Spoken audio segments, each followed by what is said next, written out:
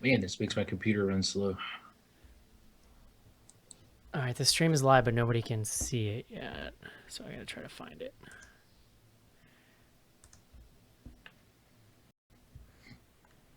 Yeah, 370.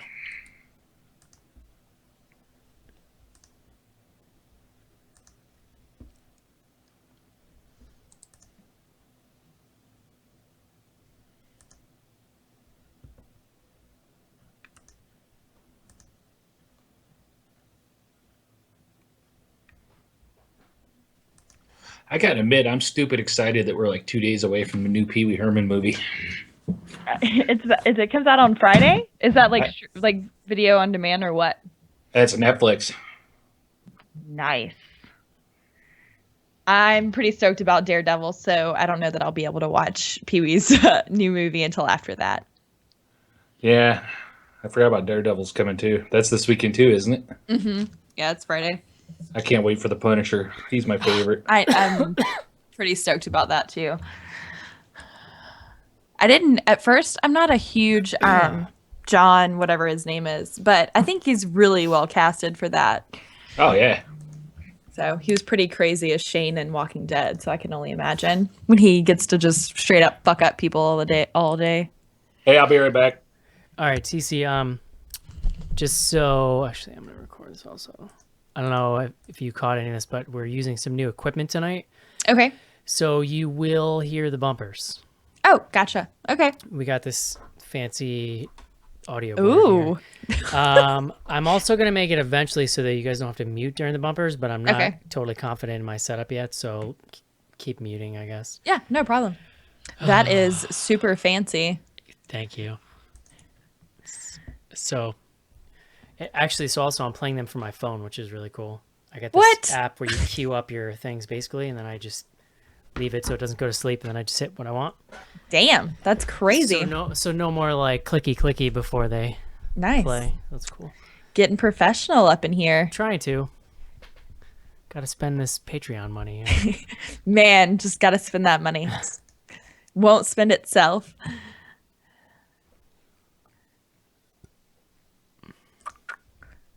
Patreon money. I'm going to send you a link, Cece, to this live stream. Can you click on it and tell me if that works for you? Yeah. You've never been logged into our YouTube, right? No, So I you haven't. wouldn't be logged in by accident or whatever. Yeah, it looks like it's working fine. I mean, there's a little bit of a lag, but it says it's live. You can see video, though? Yeah, Yeah, I can there's see video. definitely a lag, so okay.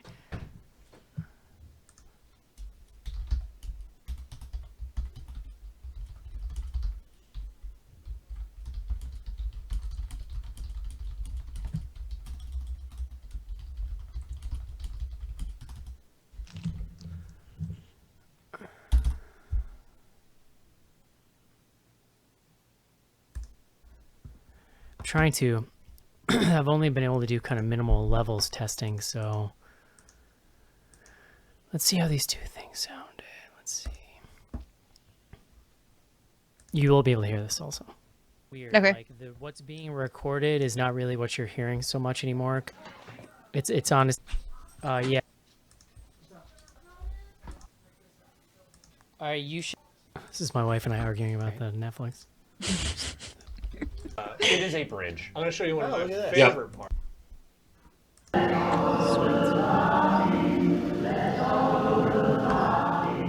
Hello, everybody, and welcome to another exciting episode of the show. Casey, say hello. Hello. Yeah. What are you doing? I think these levels are pretty good. I am recording podcast, Eric. Cool. All right, now let's try the one I just did. Caught any of this, but we're using some new equipment tonight, Okay. so you will hear the bumpers. Oh, gotcha. Actually, so also I'm playing them from my phone. Won't spend itself. Yeah, Yeah, I can there's see video. definitely a lag, so okay. I wonder. I'm actually gonna turn up the bass on you guys just a little bit. I can like EQ and shit. It's the whole thing.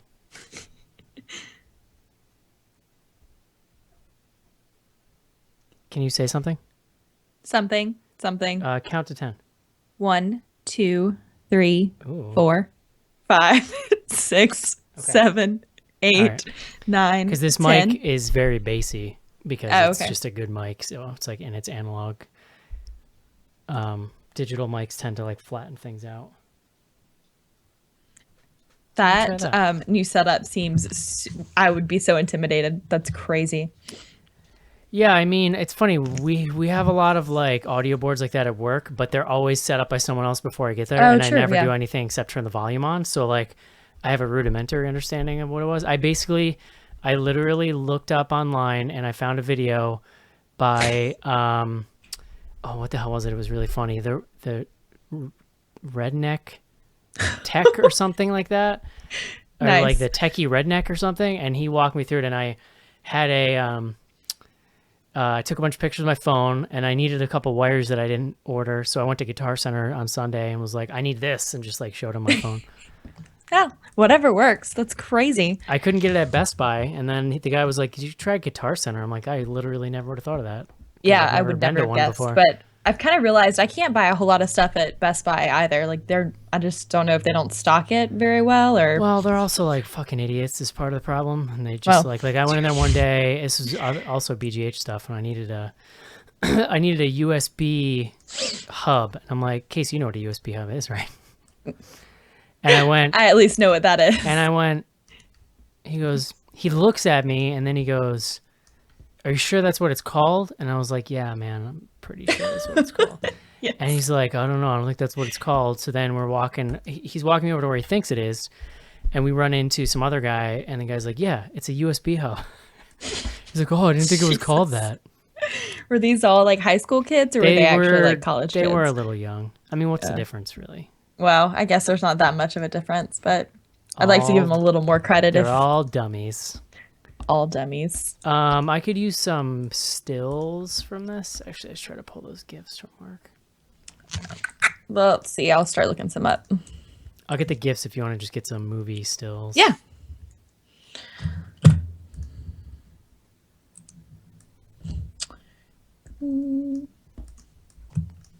There it is, John Goodman Oops. GIF.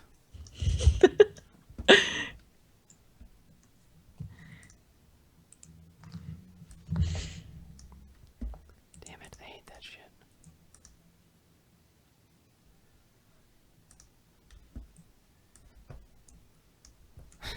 Fucking. I think we gotta get some schnars in here too.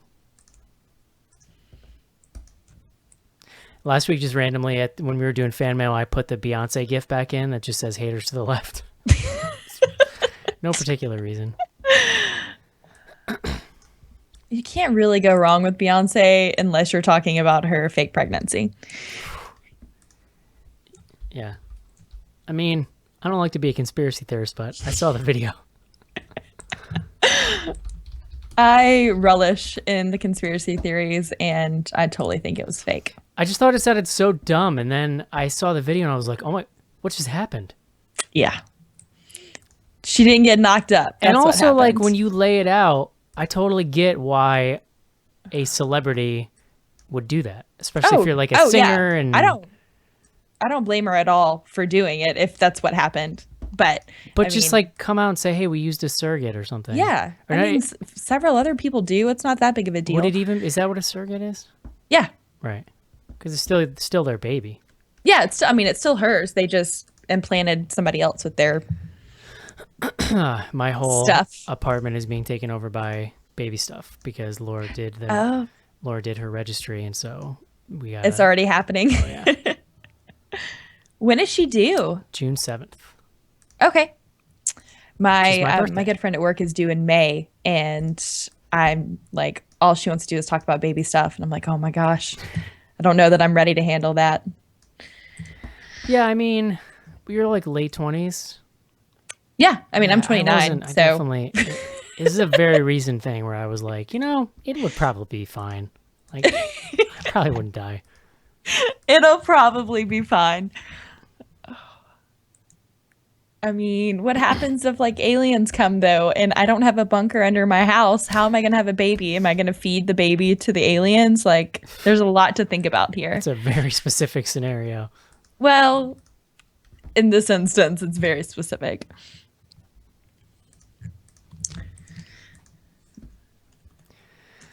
Oh, we're waiting on Mark. What a shock.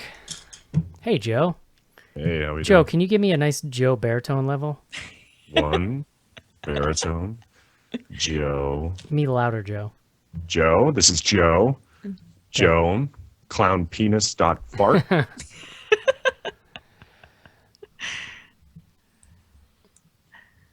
Is that good? Yes. Was that good? Was that good?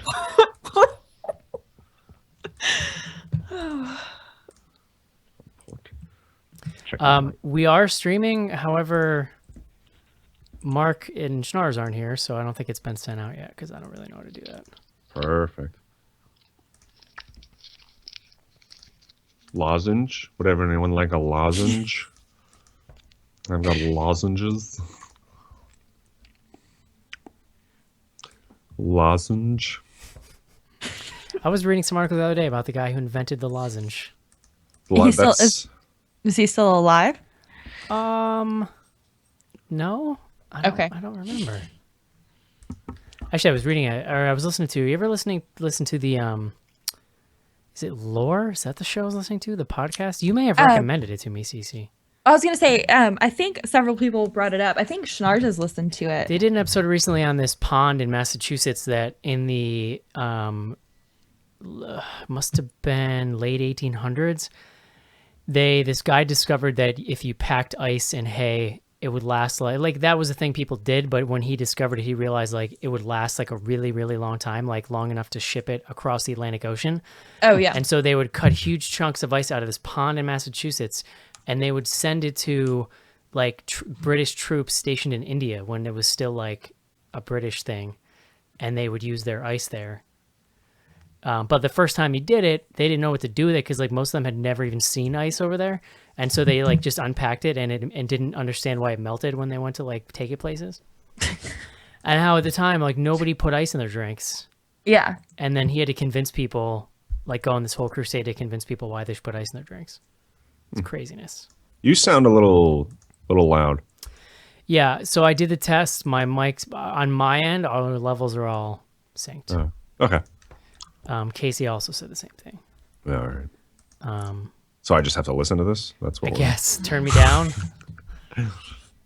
You were coming in and out at first, but I think it's kind of leveled Well, back it's like out. very directionally sensitive, so if I even like Oh, do gotcha. that, I'll drop out pretty fast. But the good news about that, I'll get less background noise and stuff. So, but you might hear me breathing. It's like, Maybe have a lozenge. yeah, could use a lozenge. Yeah, let's take a listen. Let's see how I sound. The thing is, I've done so many. I'm pretty confident with our test last night, but I've done so many. Like the only thing that's gonna help me figure it out now is just to do a show and find out if I fucked it up. To or not. listen to this? That's what I we're- guess turn me down. Oh, wow. Is that what I sound like? Yeah. Dear You God. were coming in and out at first. What but I lucky think- listeners we have. Here, so listen. So how does it sound on this end? To listen to this? That's what I we're... guess turn me down. Wow. You were coming in and out at first, but I think it's kind of leveled Well, back it's like out. very directionally sensitive, so if I even like Oh, do gotcha. that, I'll drop out pretty fast. So I'll try not to get too close, but that's pretty much where I want it. And we're back. Is it weird that like I'm turned on by myself? No, The answer is no. no. I think we're used to that, my Joe. Oh, now I remember why we were done on time last week, because Mark wasn't on. Yeah, totally. It's 100% why. You know, he'll call time difference, but remember we live in the same city. You're there.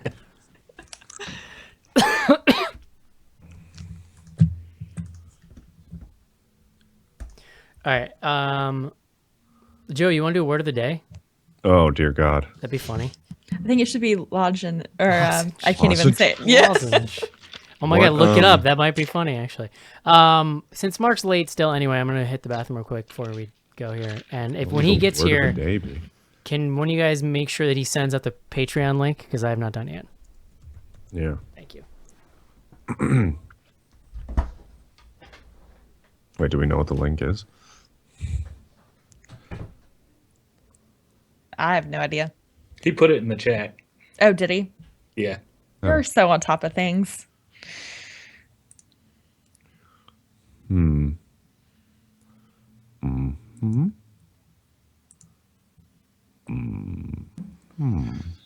Oh,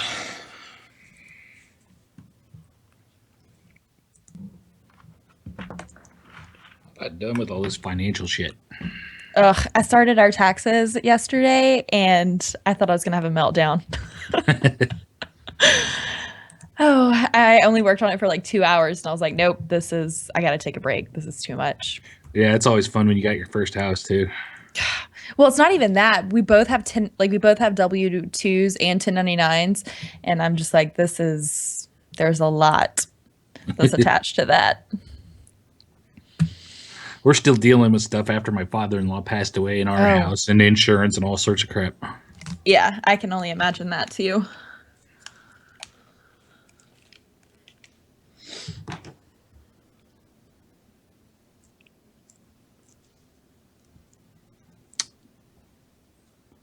What was I going to do? So yeah, that ghost thing, Joe. I think you're right. It does look cool, but that's an awful lot of money to bank it's on not knowing too what's in there. And I think it's, what is it, like 3 or 4 boxes Yeah, for like $200. Like, I don't know. they look I mean, like big boxes, but they were talking about some of it you had to rely on your iPhone to get full use out of, and it seems like it's kind of gimmicky. Yeah, they say, like, I guess there's like an app, and some of the stuff, like the app will interact with it. Yeah, So I don't know. It's cool, but $200. And also, I think they're limiting it to 999 Yep. people. So I'm sure it'll sell out like immediately.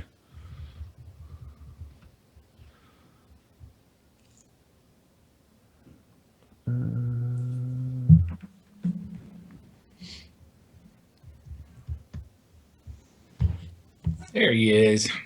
What's up, nerds? Sup? Your glasses look so studious. Thank you. Eric turned into a chair. Mark, He I just left. have to say you look even more now like that guy from that Squarespace ad. I saw that the other day and it startled me, that ad. Like I thought like my computer was looking back at me. I saw it like the day after you posted the picture of your glasses, and I'm like, oh shit. Yeah, it's a real thing. I think I'm starting to see things more clearly though. Which I think is the purpose of glasses. Oh, Yeah, Mark, totally. do you know how to send out the link? Oh, it hasn't been posted to Patreon yet? No, nobody knows how No. to do that. Oh, let me get the right link then while we're at it.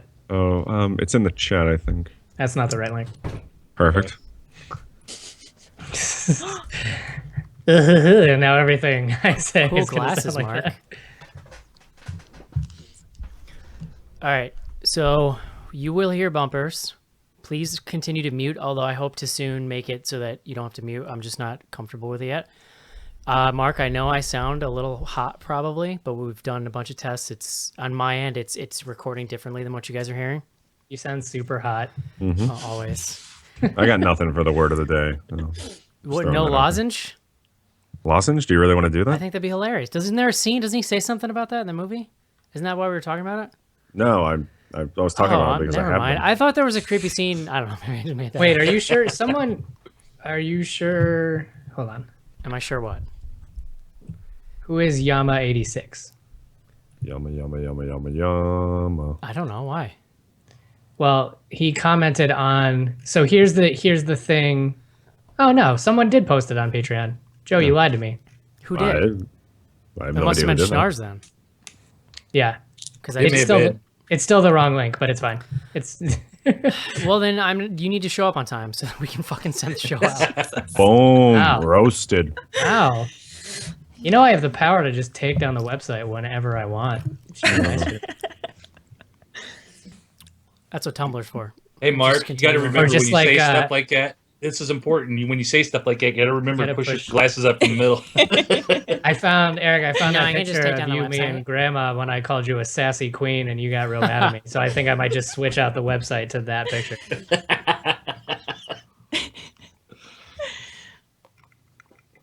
That fucking oh my god, the gif of from Roseanne makes me so happy. It's like it's the best thing. All right. Eric, you grew a dog. Yeah, he's annoying, milady. So that means I have him for the moment. Opening topics. So I have some things to talk about as it pertains to the revival of Tweet with BGH. We had Anything some else? discussions, so I can discuss the discussions. I didn't know it went away. Well, Finger 'cause you don't on pay the attention. pulse. Did you know that, Joe? I've noticed we haven't done it in a while. Okay, well, good. I didn't good for realize you. it officially went away. So yeah, I guess I'm with you. We can talk about that sweet playlist that you guys helped me make today. Yep. That was pretty awesome. It actually turned out awesome. Sex playlist. How many do you have on there now? It's like an hour and a half of music, Dear Lord. which is pretty rad. That's a good start. Yeah. So I might tweet it and have Joe retweet it. Repertoire. Did anybody get new trailers? I didn't even mean that for there to be dirty. Did anybody get I have new? to admit, after the email chain, I did have to go back and listen to that song from You're Next again. After Joe called you out. I have something that I told Joe today that is extremely inappropriate, but I'm going to wait and tell you yeah. guys on the show because I've been fucking laughing about it all day. It'll ruin your life. Oh my god, it's gonna ruin everyone's life. I'm so excited. All right, Oh god. I'm probably just gonna blurt it out right when we start recording. we have to start the show. We need another topic of conversation. All right, we got topics. Yeah, we're not going to talk about my doomsday box. Oh, yeah. Oh, we'll shit, talk yeah. about it. Oh yeah, Okay. we should talk about that during the No, I think it's probably This way. fine. Well, unless you got another topic for the top of the show, Joe. I don't know, we had trailers. I got a bunch of trailers. I I just got the named- Amityville trailer. Oh, I Which I haven't thought seen was that weird. one. You can tell us about that, Joe. Yeah. Can you recount it for us? No. Oh, and the book club is moving from the shadowy Reddit to Goodreads. So we Oh, can yeah. mention Yeah, that. that's Talk about that. that's Great. 4 opening topics we've got. Those sound like topics. Okay, let's do it. Dude, we got our topics have topics. Everyone, mute, please, and prepare to have your minds blown.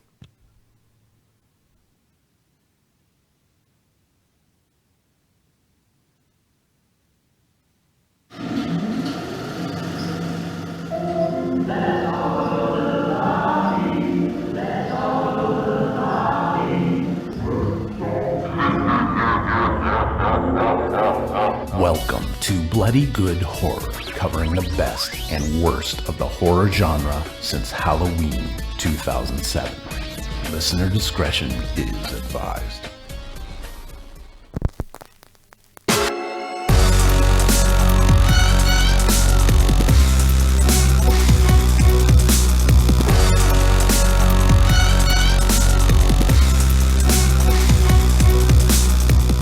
Hello, everybody, and welcome to another very exciting episode of Bloody Good Horror. My name's Eric. I'm the editor-in-chief over at BGH. I'll be your host this evening. We're going to talk about 10 Cloverfield Lane, the latest film in American theaters. Joe, you're really helping me here. Get through things. Well, I like now that we can hear the music during the bumper. That's our theme music. Joe kind of stole my punchline there, but joining me fuck You me. need tonight, those like rave finger lights. Yeah, next week I'm bringing glow sticks. joining me tonight, first up, he's the web beaver at Bloody Good Horror. He makes the website every day. His name is Mark. Hi. Mark's got some cool new specs going on. Yeah, I have glasses now. I am a glasses person. 4 eyes. Yeah. Yeah. Next up on the show, he drinks beer, and I can tell he's super hyped now that he can hear the intro. His name is Joe. I'm switching to E tonight. Joe's Eve review every week here on the show. I'm just gonna touch my face for most of the episode. Yeah. This one has a Superman logo on it. Next up on the show, he's got a beard. He's an author of horror fiction. He's also the co-host of the Instamatic, one of the wonderful BGH spin-offs. His name is Casey. Hello. How's it going, Casey? Pretty good, Eric. How are you? Nice. And last up here tonight on the show, we're going to learn some stuff about this person tonight. She is the chief priestess of books and shit or something at Bloody Good Horror, I think was her official title. That was close enough. She runs the BGH Book Club and hosts the Something Red podcast. Her name is Cece. Hello. We, so 10 Cloverfield Lane, it's a movie about a bunch of people in a bunker. And we discovered this amazing thing this week that Cece has like a like I like to call it a bug out bag. It's a box. She's basically got a prepper box of like shit for the end times. Can you tell us what's in that box? That's all I really want to know tonight. Well, I just started it recently, so I haven't really like supplied it fully, but I've got like life straws and Mylar blankets and like waterproof matches.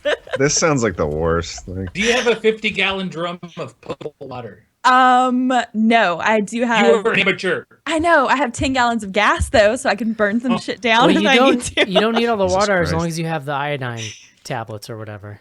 No, I've got the life straws that like you can drink out of whatever water. I don't have the iodine. I like how you say that like tablets. I know what that means. So why don't you tell me what a life straw is? It's like, I don't know, it's like a portable filter, but it looks like a straw, so you can like you can drink save straight your out. life. Does it man. have a cartoon character on it? I think I've seen this. Like you can like put it in a pond and Yeah, it'll, you could put it filter like you the could water. drink straight out of the pond or wherever, or like Does that work with pretty awesome. urine? Do you think that works with urine? I don't know.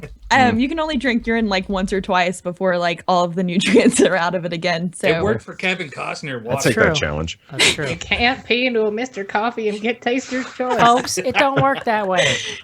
Oh, Shout out but to I'm, the three I'm a little people who've upset that also my seen box that Dana doesn't have Carvey a special. bunker. Like I'm really sad that the house that we bought doesn't have a basement, or I would make that into It's a a bunker. pretty sick bunker, You just moved although in. It's good to have goals. I would Yeah. question his decision to just make his bunker look like a very milquetoast, like Midwestern house. Like, if you already lived in one of those things and you built a bunker underneath it, wouldn't you make it look like a spaceship or something?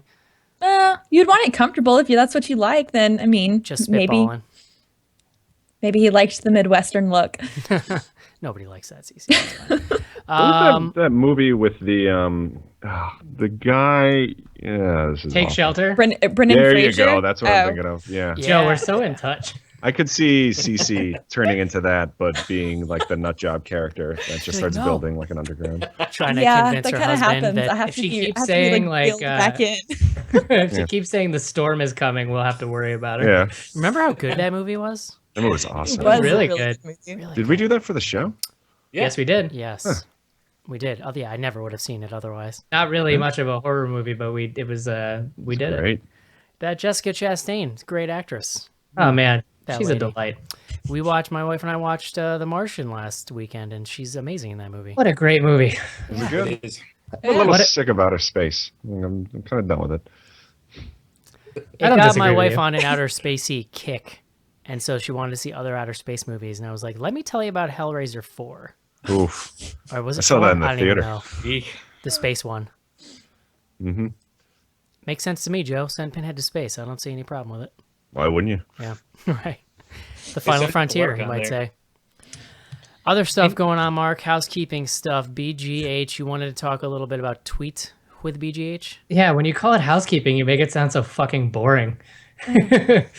Maybe that says more about you than it does me, Mark. I like housekeeping. Housekeeping. So, as you may or may not notice, Tweet with BGH has been on a bit of a hiatus. That is when our new class members and whoever wants to participate agree on a time to watch a movie, and they all live tweet it together and post recaps on the site. I recently got together via the internet with Sophie and Evan and Spencer to talk about it and what the plan is going forward. And they decided that it was happening a bit too frequently because participation kind of dropped off because it was happening like every week. We all got really excited about it. And that's just really not sustainable. So we came up with more of a long-term plan. And what's going to happen is that we're going to announce the movies well ahead of time.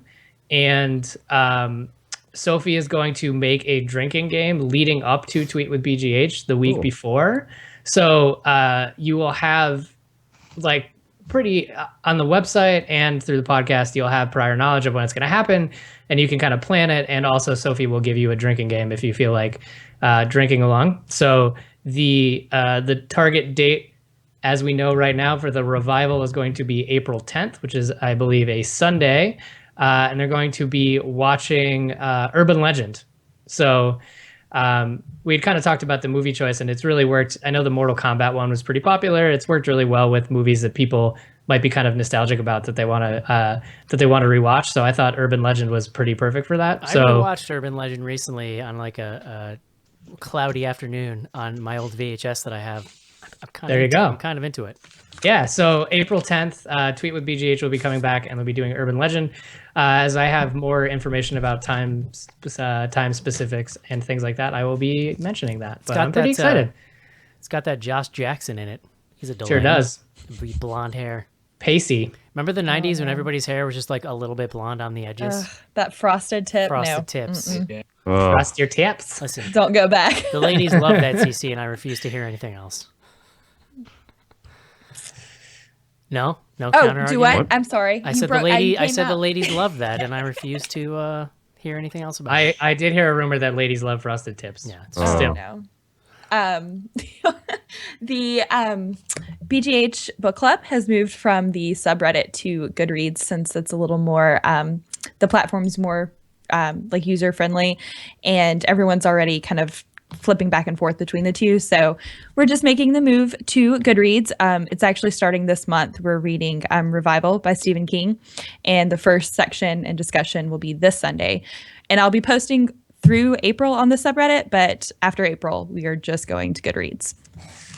nice. And that's that, yeah. I mean, as it turns out, people that read are on Goodreads, and people Who that knew? post memes and silly shit are on Reddit. And I feel like those kind of apps just stress me out more about the thing. Like, wasn't Casey? Didn't you just get all excited because some movie app is on iPhone now? Yes, Letterboxd. And that's just like you keep track of your movies basically, and like rating. Yes, and it's stuff. pretty much Goodreads for movies. I got excited for a second, then I was like, I'm already stressed out thinking about it. I can't. Yeah, I can't I'll be do honest, this. Casey. I used that thing for an hour and I hate its guts. I've been used it for like 2 years, so It's pretty much just the star system on Netflix. kind of. I mean, but on your phone though, I get the idea of like on your phone because then it's just like untapped. You're like leave the theater and you're like, well, oh, I mean, boop. it's I think the closer analog is it's untapped for movies Yeah. because you're rating them, and with Untapped, it's like I've convinced myself that if I check in a beer, I will go back and remember it. To be clear, I've never actually ever gone back to the app and been like, yeah, I'm gonna try that beer again. Oh, you know Yep. what? I do constantly.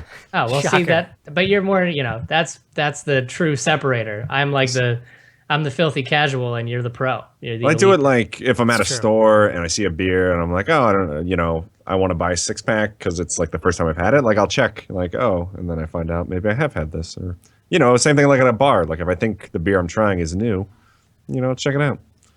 Yeah, Joe and I compared Untapped numbers at some point, and it was not even close. I mean, I'd like to put a call out to see if anybody can compare to Joe's. No, a lot of people are ahead of me distinct wise because I don't really drink a lot of. What's like, distinct? The different beers? Yeah, so it's different beers. Do they just have like a pure alcoholism rating? Yeah, I mean they got liver damage. You can test that. That's nice. I like that. I Cirrhosis level. after one of our users shamed Joe and I for not accepting friend requests, I went back and looked at mine, and I had like 40 of them stacked up. So many. Did you eventually find didn't that dude and respond. friend him? At What's least that? did you eventually find that dude and friend him? No, I was already friended by that person. It was just sitting in my queue. Did that you I had not- accept it? Yeah, no, I declined it out of spite. Well, I'm just saying. I accepted everybody else and declined just that one dude. I'll accept anyone if I see like Mark and Casey and like other people I know are friends. But if you're just me and nobody else, I probably have not accepted your request. I'm sorry. No one finds just you interesting enough. Yeah, I don't trust you if you just like me. That sounds about in line with what I know, right? Yeah. Mhm. Joe, speaking of reasons not to trust you, you drink a lot. I do. I'm just kidding. Actually, Joe, you're the most trustworthy member of this crew. You and Cece? Were you there last night? helping No, us out? Andy. No, Andy. You and Yeah. Andy, the only ones who turned out last night to help me test out this new BGH equipment here. And you know what? I didn't notice that you said 7:30 to 8, and I was on at 7:30 and like waited 15 minutes, and I was livid. I'm like, this son of a bitch is not showing up, and like I made time. Oh, Well, because I was kind of waiting to see when everybody else was going to show up, so I just kind of strolled in around 8. I was doing the mark. It was just casually late. No, you would You have can been on at chastise me all 8:15. you want, but if you want to go grocery shopping with my wife for 3 hours, you're more than welcome to. I will happily come test your audio. Hell on earth. grocery shopping is the worst. I It hate it. is. It's weird. I remember back when I was like a teenager, like I loved going to Yeah, the mall, I and did now too. like I fear it like death. Like Well, when I was like a tween, like a pre-tween and a tween, going to the grocery store on Friday nights was the best because I got Oh, to yeah. rent movies. Oh, I would just Yeah. come Oh, yeah. because our place, that was like that brief like 5-year period when every grocery store had its own movie store. Yeah. Oh, I Yeah. worked in the video department at Hannaford. Yeah, it was awesome. And the funny thing is now this VHS section behind me is better than the one they had. But still, Yeah. I saw a lot of good movies out of that section. Memories. Yeah, totally. Hey Joe, Yes. beer guts. Oh, What yeah. what do you recommend someone drink while they watch 10 Cloverfield Lane? Sure. So, why the hell did I pick this beer? I'm drawing a blank right now. Only you know that, this Joe. is simple. So this whole thing kind of breaks out. It's going to be really tough not to give away anything, but pretty early on we discover in 10 Cloverfield Lane that all hell is broken loose and there is a virus in the air that is, affecting everyone in the world. And that's why our heroes have locked themselves underground. So in honor of that, I picked a beer which uses the same sort of idea of a wild yeast, and it is the Beard beer from the good folks at Rogue Ale and Brewery, wherever they might be based out of, or whatever they actually call themselves. You don't know? Rogue, it's just Rogue Ales, based out of Newport, Oregon. And why they call this a wild ale, it's actually really interesting. They use yeast and wild yeast that's kind of floating around in the air. And they found this yeast in their head brewer's beard. And they that's used that. disgusting. Yeah, it sounds really gross. That's Ugh. gross. That Yeah. doesn't just sound gross. That just fucking is gross. You know what that is, Joe? That's grody. Ugh. Grody. Yeah, so I mean, it's the first I've heard of any brewery doing something like this. Wild ales are becoming more and more common. Like you'll hear them call sours a lot because the beer, like you never really know what you're gonna get. It's definitely gonna have like sort of a funky flavor to it. If you like sour beers, you've probably had a beer like this before. So this is a sour. So they made beer from a dude's beard and it's sour just to make it even worse. Yeah, well, it's an acquired taste. This one definitely has sort of a funk to it, but I want to say not as sour as some of like the really like out there beers. More of like a crisp Pilsner taste. It's hard to even explain like what you're actually getting with this. I like would- too the bottle. The guy's face is on the bottle, so you just can Yeah. see the beer that your drink is coming from. You can see where this is coming from. That's intense. Hey, you guys want to make some beer? Yeah, no, thank you. I've got to find like- dandruff stout aging in my. Oh, Gross, dude. God. I would definitely call this as like sort of a novelty, but the beer, like I've had it once. It actually is really good. If you're into like ciders, like you would probably like this beer. I like a good sour beer, not from a beard so much, but Yeah. I'm into Well, I mean, it. the thing is, like, if you didn't know the story behind it, you would never know. But Rogue.com is their website. This one comes in at only about 4.8 or about 5% alcohol, so not super high, but really good. I mean, Rogue puts out awesome beers. Everything they do is great. So check this one out. Or if you're not into beards, try their other stuff. And there you go. Like a fine beer vodka kind of a thing. You Yeah, have a good yeah, beard oil pairing with that beer. Oof. Gross. I don't like this conversation anymore. All right, guys. I think that's going to do it for the beer talk. Let's take a quick break and review 10 Cloverfield Lane. Colvin, man, we gotta get this sucker done, though. Seriously. Last night, man, I was so drunk I was calling Morocco, man. Trying to get to the Hotel Hilton at Tangiers in Casablanca, man. That's pathetic, man. Is that what you want to do with your life? Suck down peppermint schnapps and try to call Morocco at 2 in the morning? That's senseless. But that's what happens, man. Hi, this is Tom Savini, and you're listening to BloodyGoodHorror.com.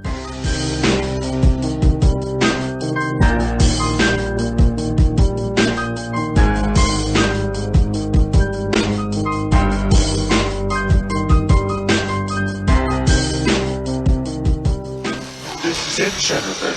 Your big break in TV. From the prime time, bitch. Main feature.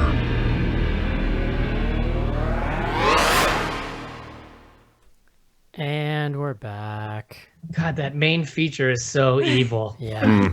It's just so fucking evil. Feature. Main feature. Here tonight to talk about movies, but also we're going to use words when we do that. Oh, Joe, you went to college too, isn't that right? Speak for yourself. I went to an art school. It's debatable so if you sort could call of. it an actual college. An art school, really? Yeah. You had to draw the turtle to get in. Is that a true story? That's not true. No, I did discover. I just the picture day you in art graduated, school though, running that around the like college giving I went to people in their wedgies. logo was a pretzel. Nice. So That makes sense. The fighting pretzels. yeah. If we had any sort of sports team, that would have been what we called ourselves. Fighting pretzels. Joe, are you drinking water? I am. Yeah. Lame. Are you saving up for our beers tomorrow? Oh yeah, that's right. We're getting together with one John Schnars. Ooh. Yeah. In Chicago? Yeah, he's here. That's why he's not on the show. He's in town for. I'm making for work. everyone go to the bar right next to where I work. Yeah, He's in town. He couldn't have just showed up at Mark's apartment. it's true. Yeah. I don't know, man. This is his pre-meeting bubble bath time. He's got to take it. Does that 'Cause mean when- he would have been when- late too? Because when John wants to get together and have an intimate drink, he decides to get together on St. Patrick's Day in Chicago. We're also on a very strict time limit. He's told us that he's only going to hang out with us between 4:30 and 6:30 because he's got shit He has a going on. fancy office dinner. Well, la di da. Look at that. I guy. assume He's they're taking the handing whole him crew out the Chili's. They're gonna, split some apps. It's gonna be great. All right, Joe. Dicka! Well, since Schnars is just abandoning us again, I've decided to give you his duties tonight. So please bring us the word of the day.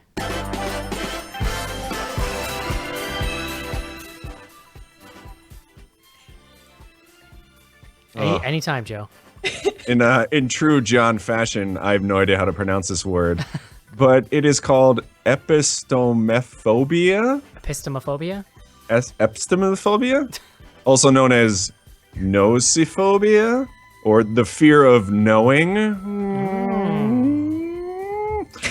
Much like in this movie, one John Goodman is in the know.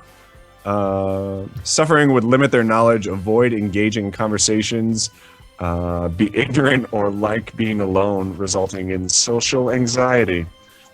I couldn't tell you where that came from or what it actually means, but I thought it fit pretty well. Well, for you this. did half the job, Joe. So Well, I applaud you for that. you know what? I'm Hey, going to listen, put that's- this in my list of where I keep track of my beers, though. So I'm one step ahead of John. That's a quarter more of the job than Schnars usually does. So right. I think that's fine. Epistomophobia ale. Who wants to? Well, actually, I think before we kind of get into anything, we should probably say here that like we're all gonna recommend this movie, and if you haven't seen it, I think we might all say like, don't listen to this. Yeah. I would definitely. We are going to fucking ruin this movie for you if you have Yeah, not it's kind of impossible not to. And I think we all agreed over email too. Like, it's the kind of flick that benefits from not knowing a lot about it because there's all these great twists and turns. So don't listen to this. If you've made it this far, please don't let us be the people. Turn back. Turn well, back. We're gonna Go- be excitable school children. But, like, so go- You've been warned. Go watch it. You know what I mean? Like, I think we can definitely say that. Yeah. Off the top. Mark, do you want to talk about what this movie's about? Oh, and I knew you were going to call on me, so I brought up a synopsis so that I had backup. How far do you want me to go? You don't want me to go all the way. I want right? you to get us into the bunker with John Goodman and then give us a little bit of where it plays out from there. Okay, so this movie opens up with Michelle, played by Mary Elizabeth Winstead, also a lovely, lovely human and a great actress, breaking up with her boyfriend. And so she breaks up with her boyfriend, and it's sad and uncomfortable, and she packs up all of her stuff and leaves and hits the road. And pretty much out of nowhere, she gets in a horrible car accident, like one of the most realistic car accidents ever committed to film. Yeah. It really sort of shook me a little bit. And when she wakes up, she is in an isolated room with no windows, by herself, chained to the wall. And obviously that's a very Nothing alarming. totally normal. Very disconcerting for her. She has no cell signal. She can't figure out what's going on. And John Goodman comes in and throws some food on the floor and tells her to eat and doesn't really tell her what's going on. And that is probably like most of the first act consists of like her being in the room, trying to figure out what's going on, obviously being scared, and then eventually being sort of getting to the point where John Goodman's character trusts her, and she is let out of her leg braces, and she meets the other person who is in this bunker, who's it's Emmett, played by John Gallagher Jr. If you've seen The Newsroom, he was the guy from The Newsroom. I have not. Oh, it's a fine show. I probably should. Yeah, so they are, so it's the two of them and John Goodman in this bunker, and you find out that John Goodman is this kind of like tinfoil hat conspiracy theory sort of guy, and that there's been a crazy, according to him, that there's been a crazy event of unknown origin. He's not sure if it's like government or aliens or talk whatever. about his different theories though, because the theories are pretty good. The theory, yeah, well, I mean, we can go over what the theories are. I'm not gonna. Some kind of nuke. Yeah, he goes through all these crazy theories, but the short of it is that he believes, or is at least communicating the belief, that everyone outside of this bunker that they're in is dead, and that's pretty much where we get is we're in this bunker. It's there's a very kind of slow unraveling. There's a lot of different kind of stories going on. There's like, is John Goodman really telling the truth about what's going on outside of the bunker? Like, what kind of person is he? And you sort of unlock all of these clues as you go through, and it kind of unravels in a pretty awesome way, which we'll talk about. But it's very hard to get that far without spoilers. Mark, why don't you tell me like kind of what you thought about this going in, and how you felt coming out? Yes. Hey-o. In and out. Wow. I was super excited for this movie. Just so you know. I was super excited for this movie, if only because like it's so rare. It's so rare in this day and age to be surprised by something. And like the trailer for this movie popped up like a month ago, right? So it was produced by J.J. Abrams and directed by, I think, a first-time director. Yeah, David Trachtenberg. Yeah, Dan Trachtenberg. Yeah. Michelle Trachtenberg's husband. Yeah, Heads up. I can only hope. I don't know if that's how that works, but It's not true. But so, I was pretty hyped. Like, honestly, like if you say this movie's coming out in a month that you've never heard of, and you have J.J. Abrams attached to it, like that's kind of immediately a bit of a, gets the hype train going. I love Mary Elizabeth Winstead. I love John Goodman. I unfortunately had a little bit of just kind of, not the exact ending, but a little bit of the premise of the ending spoiled for me, having edited our review for the website. So And some people on Facebook who will go unnamed.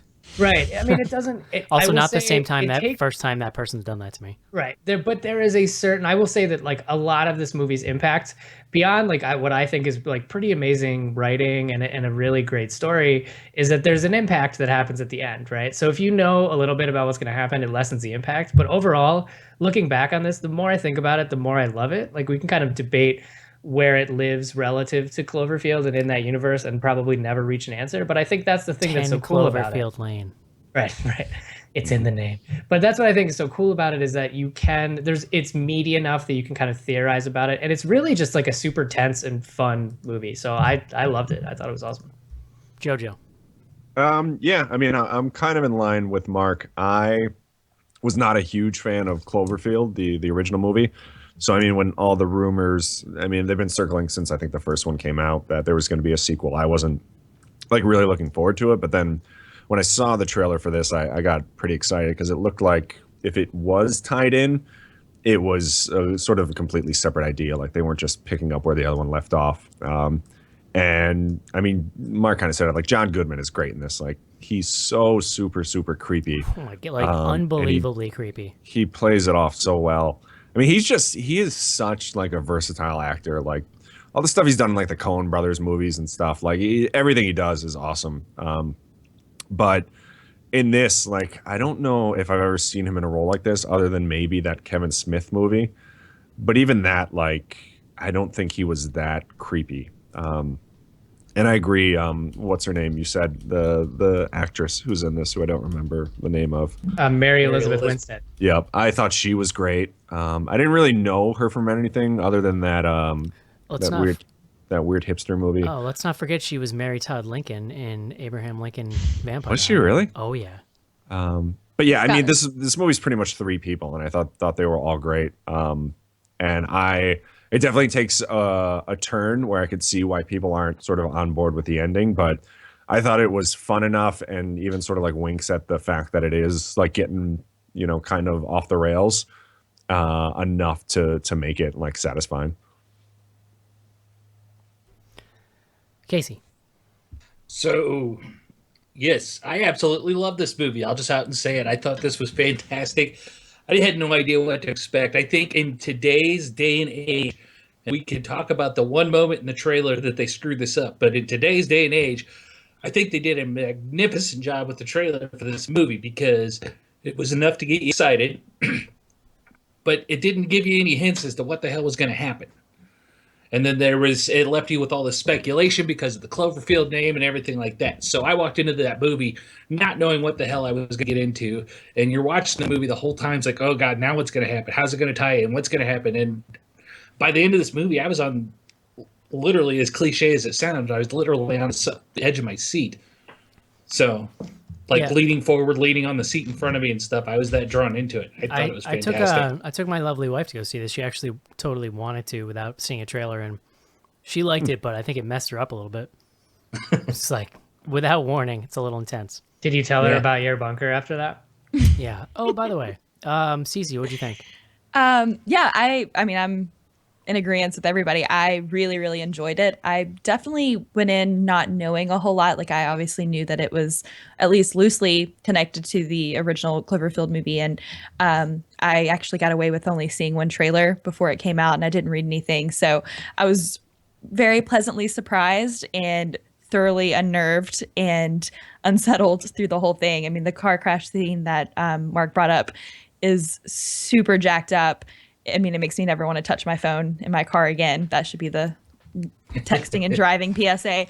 But yeah, I mean, I think all the actors were really, really phenomenal in it. Like, it's such a nuanced performance that, I mean, you know, you kind of get worried with movies that are based in like one setting and that there's not a whole lot to work around, but they bring so much to it. It's very much like Kathy Bates in Misery or Vincent D'Onofrio and that I think it's Chained by Jennifer Lynch. Like, they have such, like, their personalities are so big, it just like pushes everyone else, you know, to their breaking point. And yeah, I mean, the ending, I liked the twist ending because when she gets to the end, it just keeps happening, and that was nice to see. Although I will say I didn't really like the heavy-handed Cloverfield connection, but we can talk about that later. Cece, did you actually say out loud that John Goodman makes a lot of sense in this, or were you just thinking in your head, like while you were in the theater? John Goodman, huh?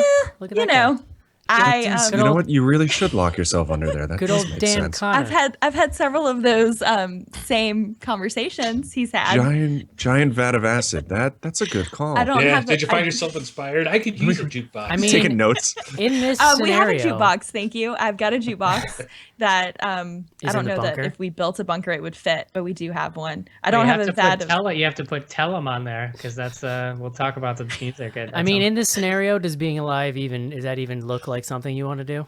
Not so much for me. I was thinking about that during the movie, and I'm like, I don't know. Yeah. Like, I don't know that I want to. That's a really hard decision to make. It's so hard not to go full on into spoilers because I wanted to make a joke and I can't make the joke. The one thing they didn't do, which I was surprised, is like I would be at the top of those stairs every day just trying to absorb sunlight. I know, that's what I was thinking. I was like, I would always be up there trying to look out. Like, I don't know that I'm necessarily claustrophobic, but I would have several. You need sunlight, you know, vitamin D, and it's a whole thing. You need it. I feel like I'd be pretty content. Like, I feel like it'd be. It'd be kind of nice to get some good sleep for once. Little hermit hole. What if you ran out of... your rhythm or whatever is going to change, so you would stop sleep. Circadian rhythm. What if you ran out of beer, Joe? Yeah. I feel like I'd be... You know what? I've been drinking a lot of wine lately. What? You're okay. Yeah. Listen, this changes everything. You're blowing my whole worldview here. Things are happening. I really enjoyed this movie. I mean, I was super excited going in, and I feel like I wasn't worried about hype because honestly, like, Abrams has not disappointed me until this point. And you know, ever. Right, and you get an idea from the trailer exactly what it is. I had a general idea from just rumblings that there was some kind of crazy ending, so I was pretty, you know, waiting for that. This is like an incredible thriller. Yeah. John Goodman is, like everybody said, he's so scary. Elizabeth Winstead is so good, and she's this really great, well-drawn character. Like, she's not just this victim; she's this very strong-willed woman, but that also kind of gets her in trouble with Goodman because he's got just this.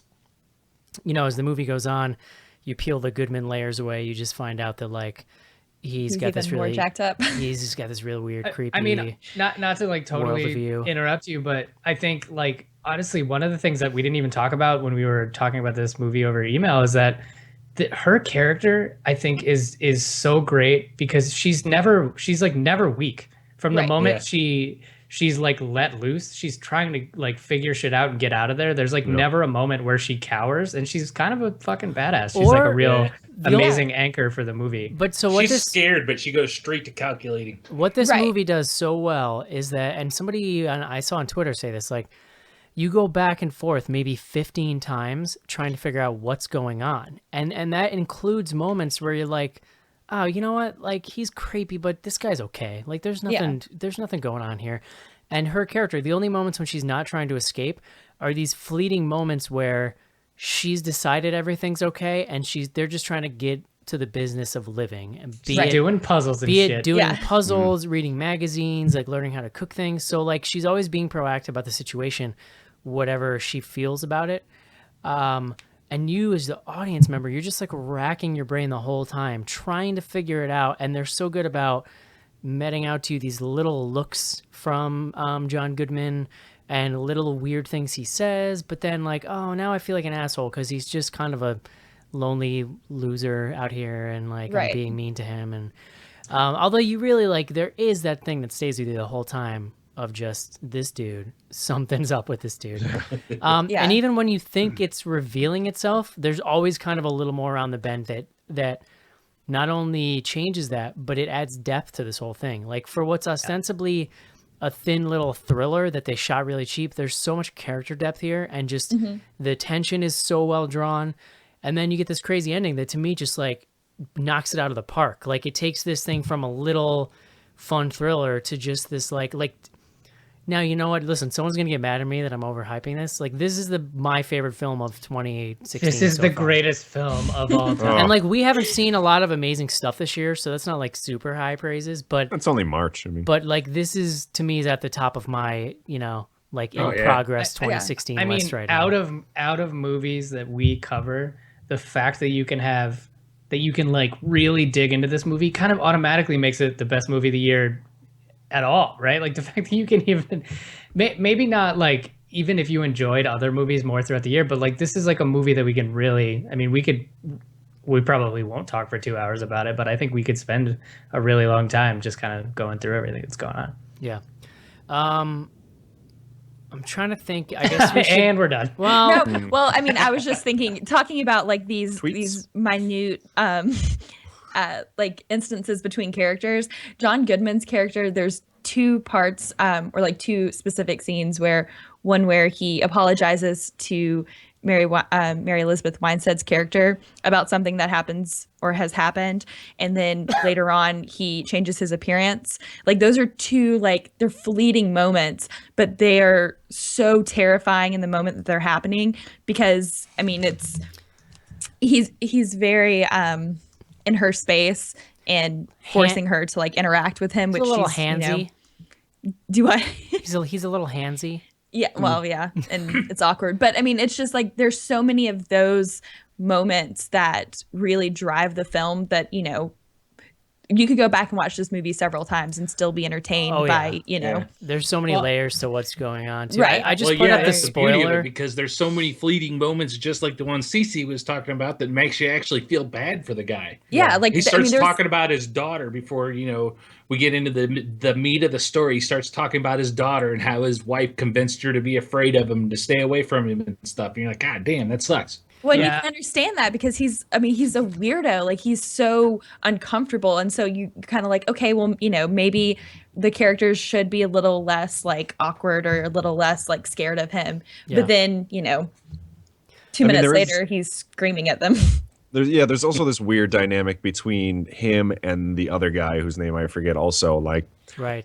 There's some stuff with him I want to talk about too that I put together later. Like Goodman seems, affectionate might not be the word, but he definitely talks to the female character almost like a daughter, whereas the male character, he's just flat out hates. Like he and he knows this guy. This is the guy that helped him build the bunker, basically. And I think that including that character is pretty brilliant for a number of reasons. But one, like most of all, if you remove that character from this movie actually becomes like unbearably tense, right? Like if it was just John Goodman and Mary Elizabeth Winstead, there's this like it goes from being what it is in this film, which is just kind of this like low key dread that goes through the whole thing, to just being like full on antagonistic, terrifying. I don't really want to watch this. Like too much. It's really, it's not just pure comic relief. It does cut the tension and also distract a little bit from like what would just be like a really, I don't even know how to, it would just be so much creepier if it was two people, but like to a degree that I think would make this film a lot less. It cuts the tension, but what it also does is it helps, and it sounds weird, he doesn't treat him very well, but it helps soften Goodman in a way, because it's almost like a distraction from thinking about Goodman, because you're like, oh, there's just these three people here. That and you let him in, so he's like, well, he can't be all bad. You let him in. He didn't want to. I threw up the spoiler alert thing, so because I want to start getting into we're done. Yeah. I want to get into the nitty gritty of kind of the plot here. So she like very early tries to escape, like straight up at this great dinner table scene, which, as a fan of like the art of trailers, I loved watching this movie because you could see how they cherry picked little moments.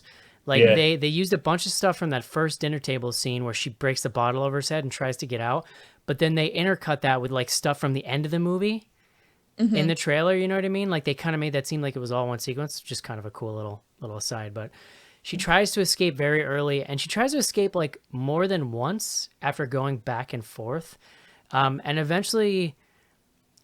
So the big catalyst, you have a couple of. I saw somebody complaining about all the montages, which is kind of funny. Okay, but but they were fine. It made sense because time is passing, right? Yeah. And also cool like person who has never seen a movie before. Yeah. Well, time is passing, but also there's sort of like they're showing you in each of those montages pretty much how tension is ratcheting down. Like after all this intense stuff, she kind of flips back, and then you see this period where they're like, you know what, let's do puzzles. Like everything's fine. I think we're alone now. But there's this pivotal scene where the air filter breaks down, and she has to climb into the vent to try to fix it. And when she gets up there, she finds some stuff like somebody had written "help" up on the wall and like Sorry, blood. Eric, did you feel any additional tension because you know that you would be the vent person in this scenario? Absolutely. Or me, but I mean, I'm just projecting. Too real. So basically, she finds an earring and she finds a message scrawled on this window that goes to the outside, and no one's around her, so she can like kind of safely observe this stuff, right? And then when she gets back, she unravels more of it with the guy where she realizes that Goodman was basically lying about this girl he said who was his daughter, and she finds out it was actually a person that this chick that disappeared. So like that's fairly deep into the movie. That's probably three-quarters away, and we've already gone back and forth a bunch at this point. But at that point, you're pretty certain, like, there's a great moment, too, where she realizes she's wearing the same clothes.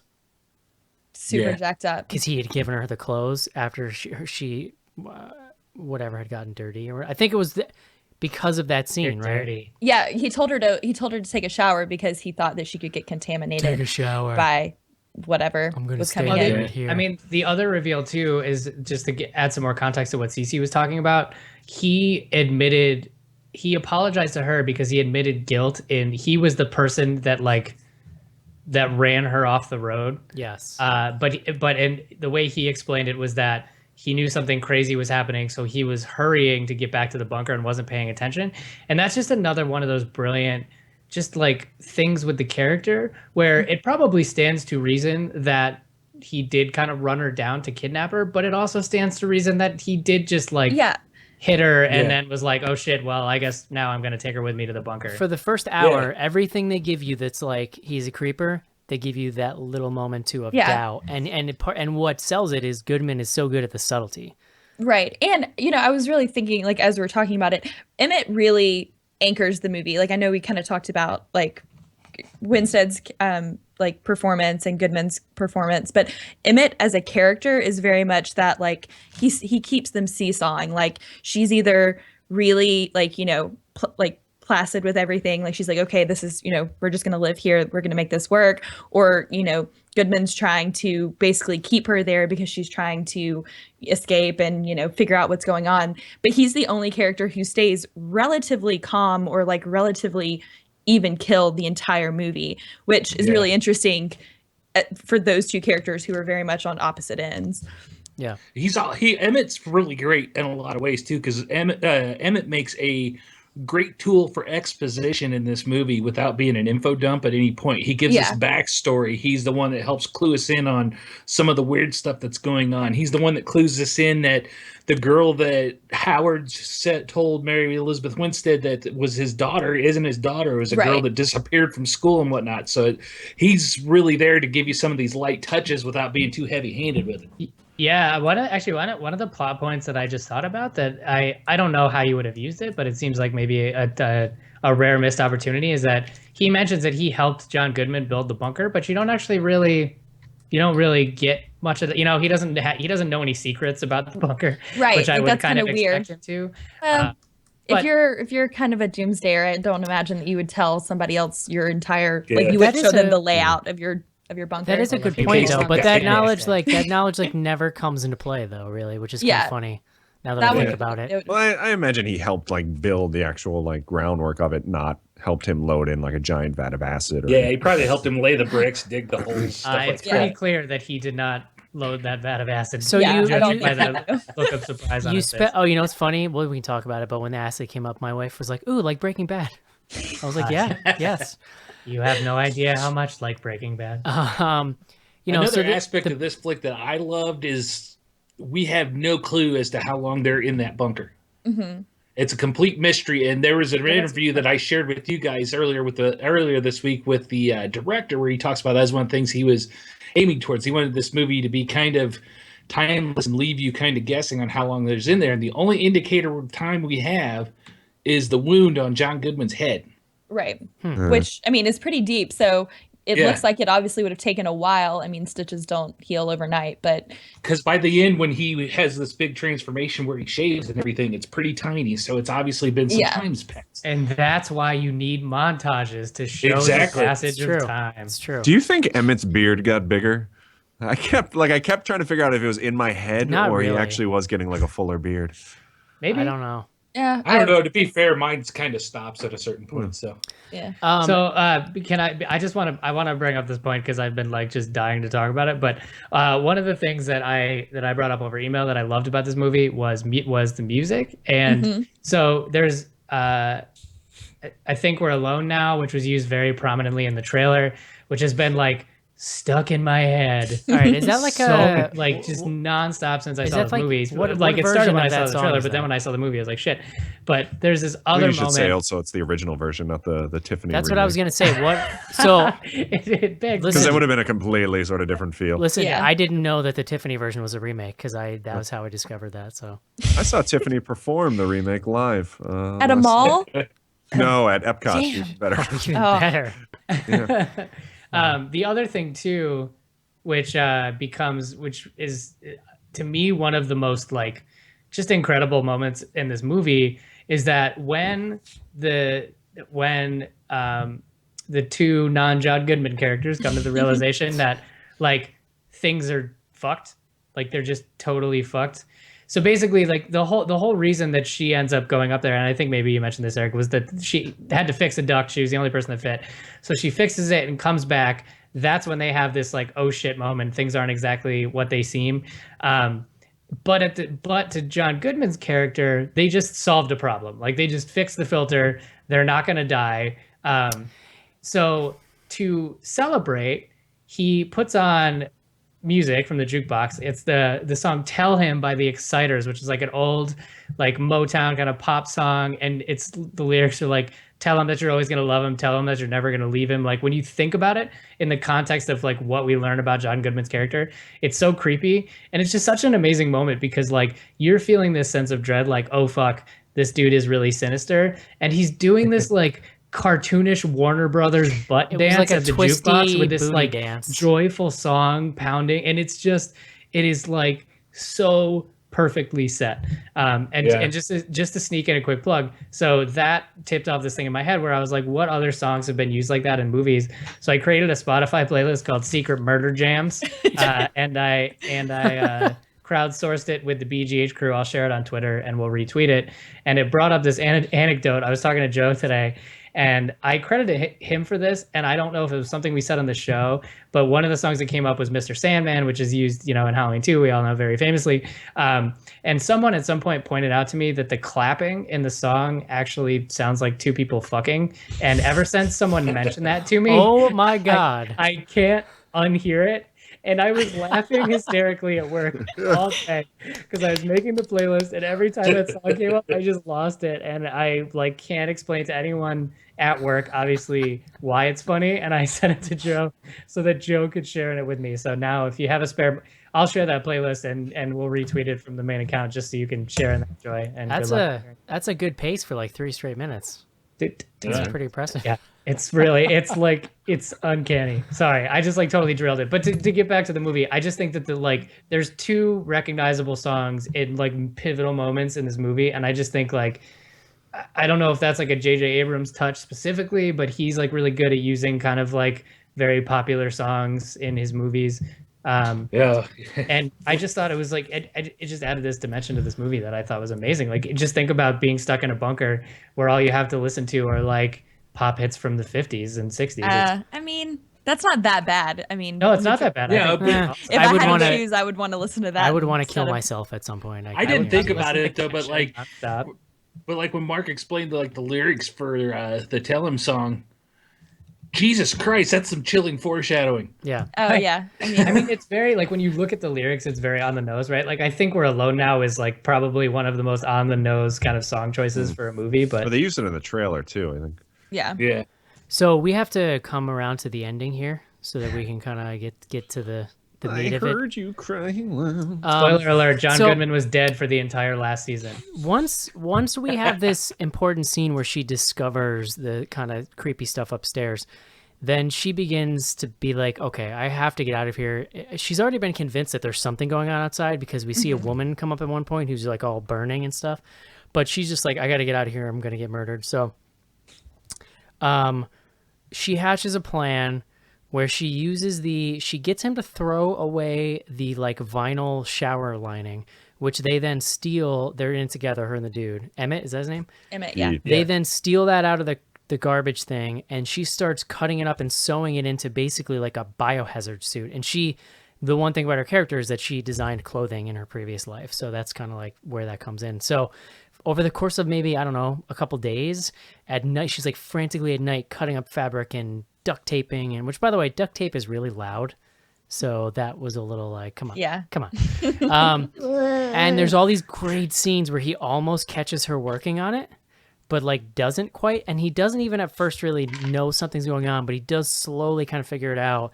And there's that great scene where they're playing, I don't know what the name of that game is. Oh, Pictionary or one of those games where you have a word. No, it was a Bible Trivial Pursuit. Ah, that's it. No, but the one where they were giving clues and the other person was trying to guess. Charades. Was it just charades? Basically. Yeah, and he's going charades, and he's like, I know what you're doing. Or I see you all the time. I know what you're doing. And it was a little bitch and almost gave it up. The clue was Santa Claus, and the two of them start freaking the F out. And it's just that other amazing Goodman moment. And not to mention the part where the answer is they're pointing to her. And it's the answer is it's what she is, and John Goodman's struggling with it. He's little girl, princess. Yeah. And the answer is woman, and you're Little Women, but he refuses to call her a woman. And he refuses to call her a woman, he goes, and you're just it sets in so for long enough that when you realize what's happening, again, this movie is so good at those moments where you're something seems kind of innocent, and then all of a sudden it's just fucking dreadful. Well, Emmett gives the clue, and he goes, "It's woman," and then there's just silence, and he's just looking off he never would have made that connection, and it's chilling. Yeah. So you could have been better at your clues. So he eventually does figure out what's going on, and that leads to the scene where he confronts the two of them in the bathroom, and he forces them, first of all, to help him pull out this barrel into the middle of the room, which is like, and he opens it and he explains basically it's Breaking Bad acid, where it can't melt through plastic, but anything organic, it will like melt right through it. Right. And he basically said, get the switch. He says either, but this is also an important acid. moment because it starts to tie into what might tie this movie into Cloverfield a bit, because there is some exposition earlier on where Howard used to work for a satellite company and monitoring satellites, and this acid was stuff that's used for fuel for satellites, which comes into, if you remember moments of Cloverfield with the satellites and the companies involved, there's some hints that are tying those together. Which is something I never would have got without that director's interview. I like never that, picked up on that. you know, I wouldn't have thought that, but I think you're lying. so it leads to this really intense standoff scene, and the scene ends with like he basically just he's telling them, yelling at them to basically confess, and Emmett kind of takes all of the blame for himself, and John Goodman just straight up caps him in the face. Like, and it comes. Oh, that was fucking great. I think I jumped at that scene as much as I did during the car crash scene. It comes out of I almost just absolutely like threw my hands up nowhere. and said, no. You know, like, it just like came out of nowhere. It comes out of nowhere. I was like, I had my jaw open for like 20 seconds after that. Well, but that's just like, to my point. To my point of like him being the Emmett character being the centering character. The moment he's dead, it switches from like low key terror to like, oh fuck. Exactly. Just like, I mean, it like, you know, along that beat, it just follows that beat to the end of the movie. That's just like fucking, it just goes insane. It just, the moment he's dead, it just goes crazy. It just like, the whole movie explodes basically. Yeah. It's so perfectly punctuated with that loud ass gunshot. Yeah. Yeah. It was very well. She at that point sort of, he takes the stuff she's made, right? I mean, he must have taken it from her. Is this scene where I'm trying to remember. It's So later though that she actually like starts she runs fighting back with to him. her room, I think, and she ties it around her leg. She ties it around her leg, and she's trying to get out, like trying to get back into the vents, and she. No, but there's a scene between those two things though, because he tells her to go away because you don't want to see this part. Oh, that's right. So yeah. because he's got to get Emmett into the vat of acid or whatever, and then he brings her ice cream. Yeah, she just and he shaves. He just locks her in her room, maybe. Yeah, and then he brings her ice cream. He's like, I thought we'd have a treat before and have our ice cream before dinner tonight. And you're like, oh, that's fucking weird. But then what's creepy is he says like Megan always liked her ice cream before dinner too. Oh, so okay, I missed that. Scariest moment of the whole movie, and it's really subtle. After all this goes down, the next time you see Goodman, he walks into her room, and he is completely dressed up from head to toe, and he is shaved and like combed his hair, like he is like making himself presentable for her, but it's all unspoken. Like you just see him, and he's been slovenly the whole movie, and he's had this gross beard, and it sent chills down my spine. The idea that like he had like cleaned himself up for her, and that leads to, did they have dinner? I'm trying to remember. It's not that important. This is where the vent starts coming down, and he kind of discovers and then sees the stuff under her mattress, and everything goes to hell from here. Yeah. Yeah, because she'd had to hide her gas mask into the vent. And Yeah, the so screw I- fell out. because the only thing he discovered before was the scissors. Were missing. Yeah. That's why. But yeah, Casey's right. The screw falls out of the vent, and so he goes and looks in there, and then when he gets back down from looking at the vent, he sees her outfit underneath her mattress, and I can't remember how she basically tries to lock him in the room. She does lock him in there for a minute. Yeah, and then she starts they chase each other around. She and, runs throwing around. shelves down and throwing And acid on each other. she brought manages back was it the Halloween 4? The Halloween 4 stabbing in the duct? Was it, which one was that? Five. 4 or Oh, 5? yeah. That's That 5. was good. 5. Yes. It's just, I mean, honestly, the first like time the knife went through the fucking air duct, it scared the shit out of me. I was like, ah. So, but before, like, she basically has this huge confrontation with him. She manages to throw the acid at him, which he fucking falls in. Chekhov's acid drum. Yeah, she he dumps falls in and then's chasing her with like half of his face melted off. The bunker's on fire. She gets up into this is crazy intense scene, like Mark's saying, where she gets up in the ductwork and gets back out to because there's a window up there that has a lock on it. She puts her gas mask thing on and like goes outside. And then, so again, we could do. I'm sorry to keep doing this, but she uses the whatever that is, the the spray Freon. like compressed air yeah. that they used earlier in the movie to That was a chill great- their hooch before they drank it. That was a great Yeah. foreshadowing. And he yeah. told her a story about how in the Yeah. Navy they used to use it to lock their commander or their captain into the bathroom. Right. Right, he told her they would use it to break locks.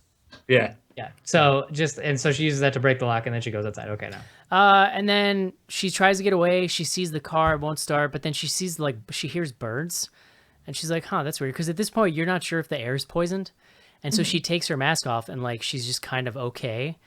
And that's the point at which, spoiler alert, the big giant fucking alien ship comes over the house. It's like this gross bug organic-y kind of a ship Yeah. with a mouth It's like a stink underneath bug. it, and it basically you also see this crazy mole worm dog kind of thing that chases after her, and so at that point you realize one of Goodman's crackpot theories was actually right, that basically the first wave of attack was some type of alien race trying to exterminate Earth, and then this is kind of the cleanup crew is here, getting everybody that's left over, and she has a 10-15 minute showdown with this alien spaceship and thing, and ends up destroying the ship, gets in a car, drives away, and then she ends up hearing in the radio that there are survivors and that there's a group of resistance fighters, and she just there's this great dramatic moment of I'm gonna turn left and go fight Classic the aliens. sci-fi. She destroys the spaceship by throwing a Molotov cocktail in the asshole mouth of the spaceship.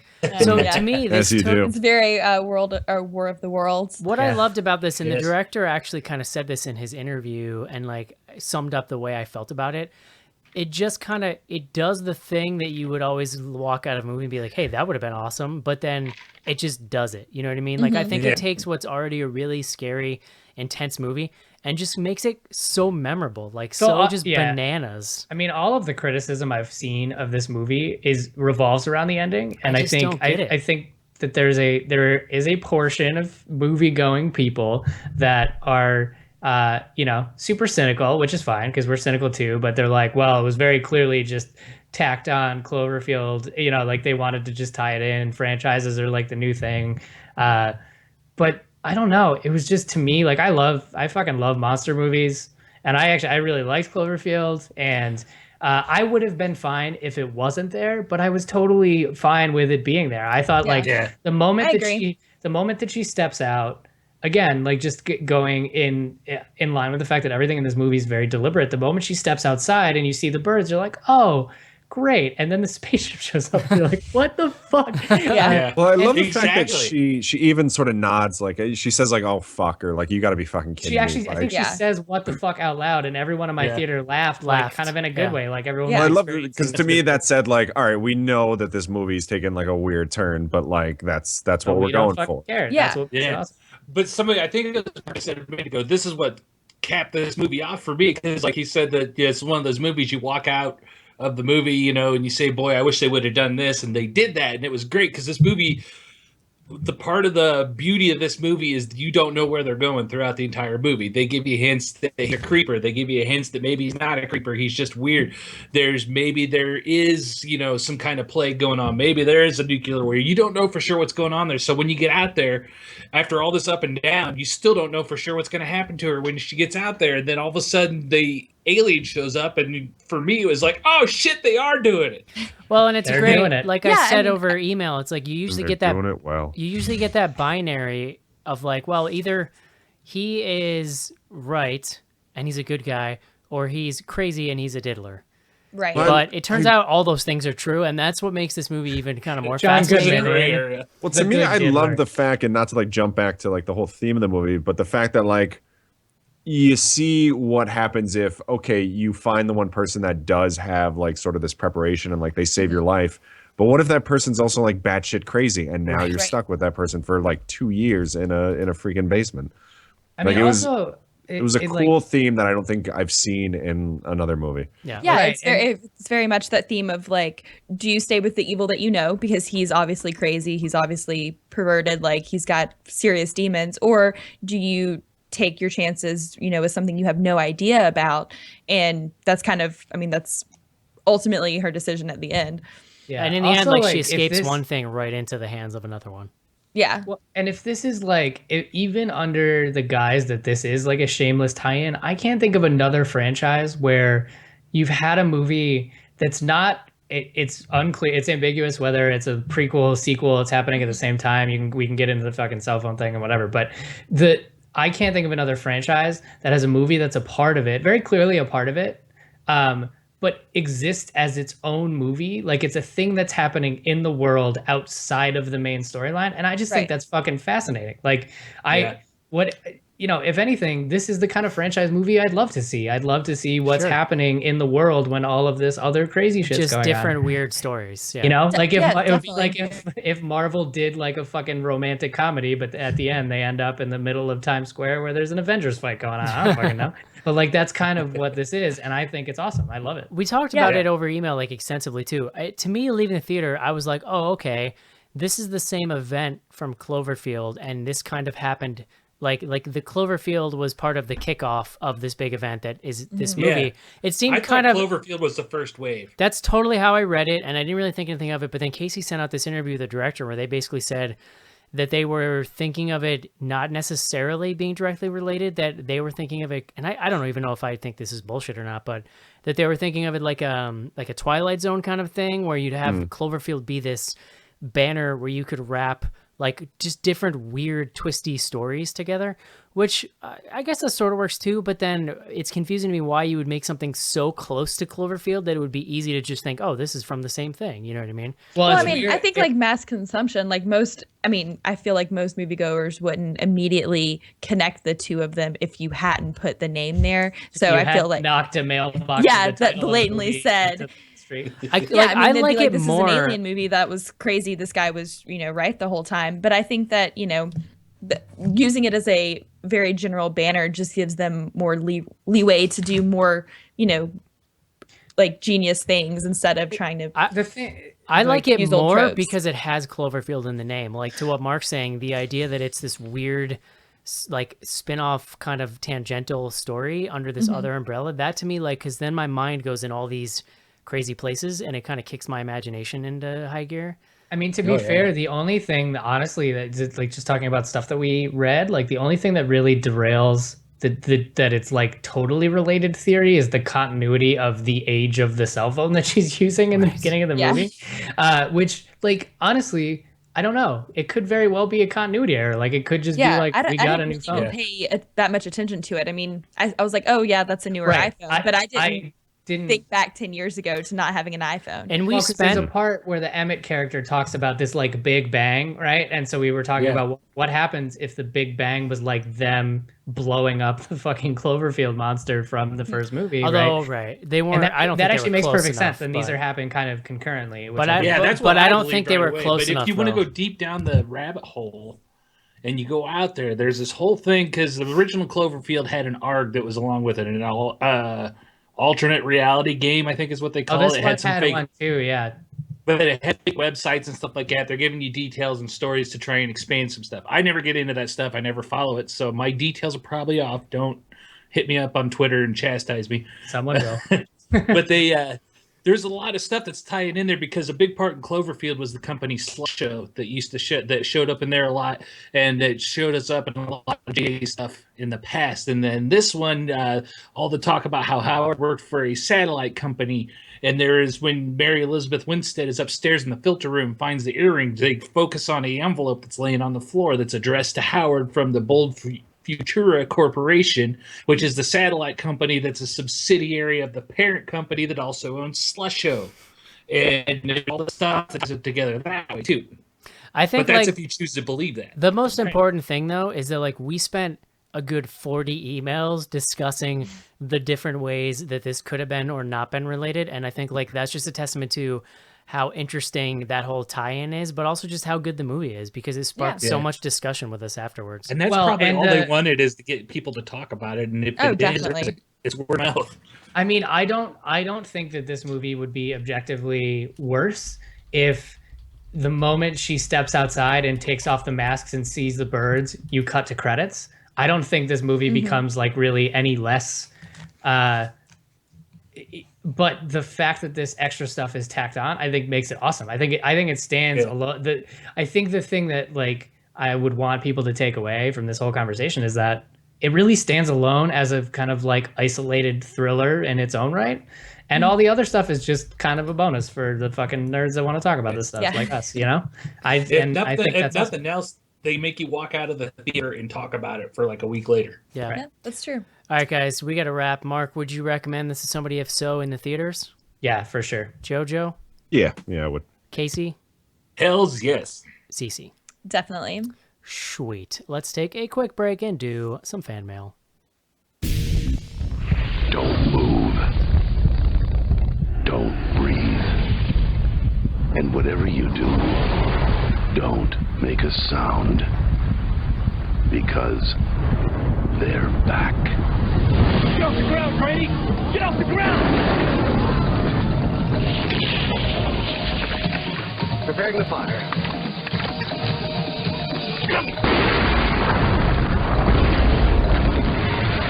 What are they? We don't know. The worms changed somehow. Now we've got these things. Tremors 2. Aftershocks. Evolution. It's a bitch.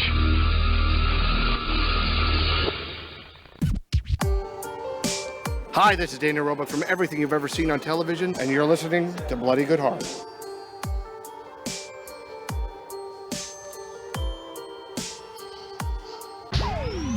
Send your emails to info@bloodygoodhorror.com or hit us up on Twitter at BGHorror with the hashtag AskBGH. And don't forget to pick up back episodes of the show at podcast.bloodygoodhorror.com.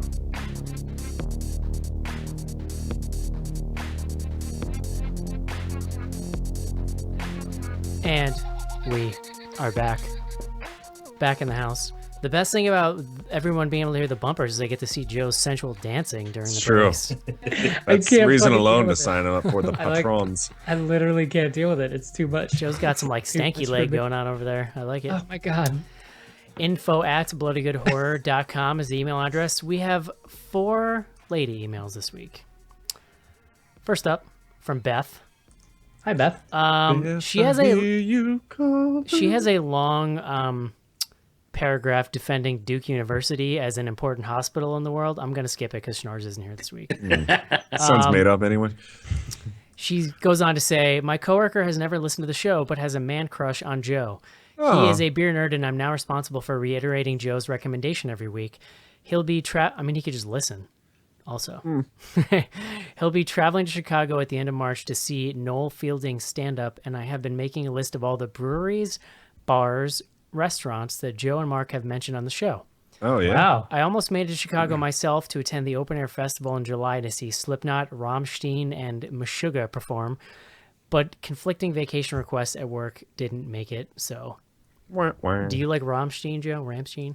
I've seen them live once. They're not really my deal, but Yeah. they're super fun and entertaining to see in concert. What about Meshuggah?